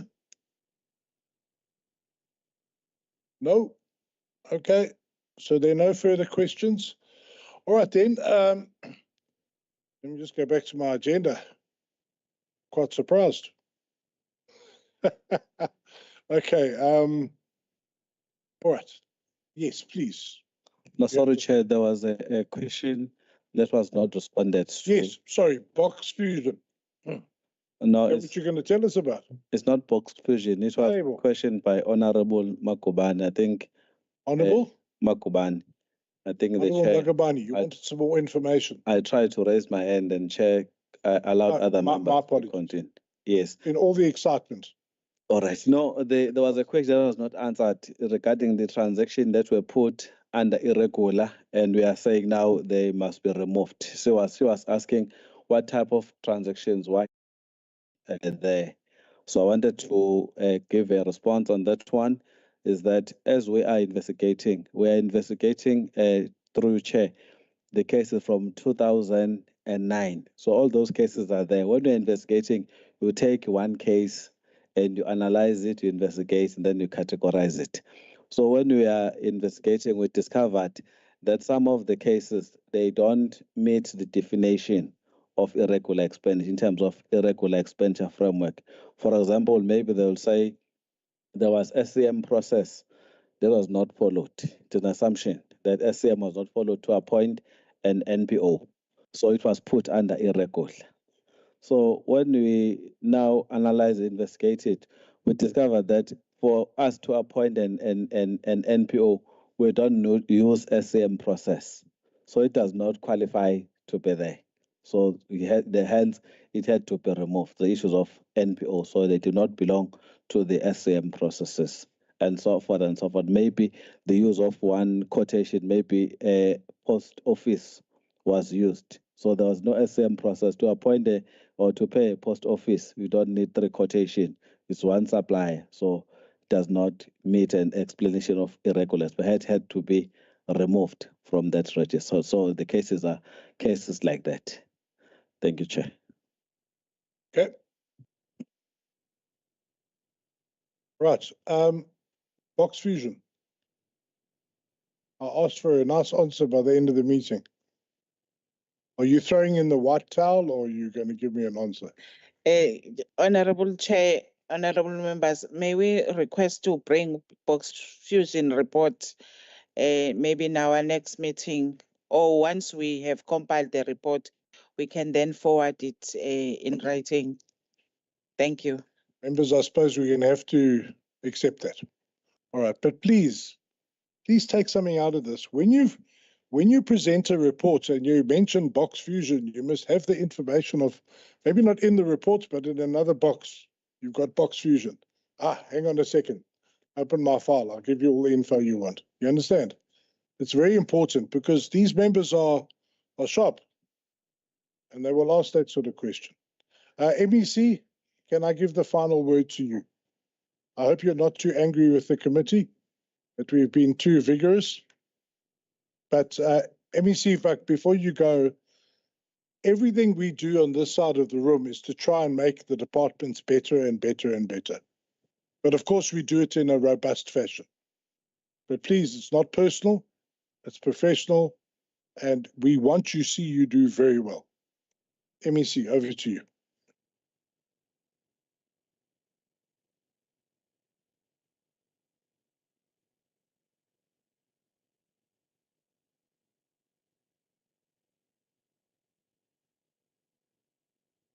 Must I try the... Now, Honorable Chair and Honorable Members and all admin staff, once again, good morning. As previously said, thank you again for the engagement. Indeed, you've just emphasized your mission when doing this, but I think like honorable members were saying, unfortunately in government our meeting would have been short if all of us stood here and said we were not there at that time. We would have long closed this meeting, but when we come in we inherit. But I do, Honorable Chair, want to give the committee confidence that despite the challenges we are doing all that we can. The biggest challenge being the budget cuts, but also want to give honorable members assurance, like Honorable Makubane did. We work well with the Portfolio Committee on Social Development, that if they come across issues, they can present them to us, community challenges at a community level, and see what can be done about that. The issues of investigations, Honorable Chair, when I came in, really it was a priority for me to see how much we are spending on this, trying to recover the money versus the expenses that we use. I have, you will know that forensic investigations are with the Office of the Premier. I have engaged the Office of the Premier in this regard, and look forward to see what they suggest as well, because I tell you, they even affect the performance of the department, because at some point these officials were requested to come back because they were being paid while they were not working. So they were requested to come back. So you find that as investigations continue, an official will have to go and testify against another official when they work together and they are in the office. So it does affect us, and we would really want to see these issues resolved and put on ice, as Honorable Member was saying. But thank you very much for the opportunity. Mine really was commitment to say we continue to prioritize these issues. Thank you very much.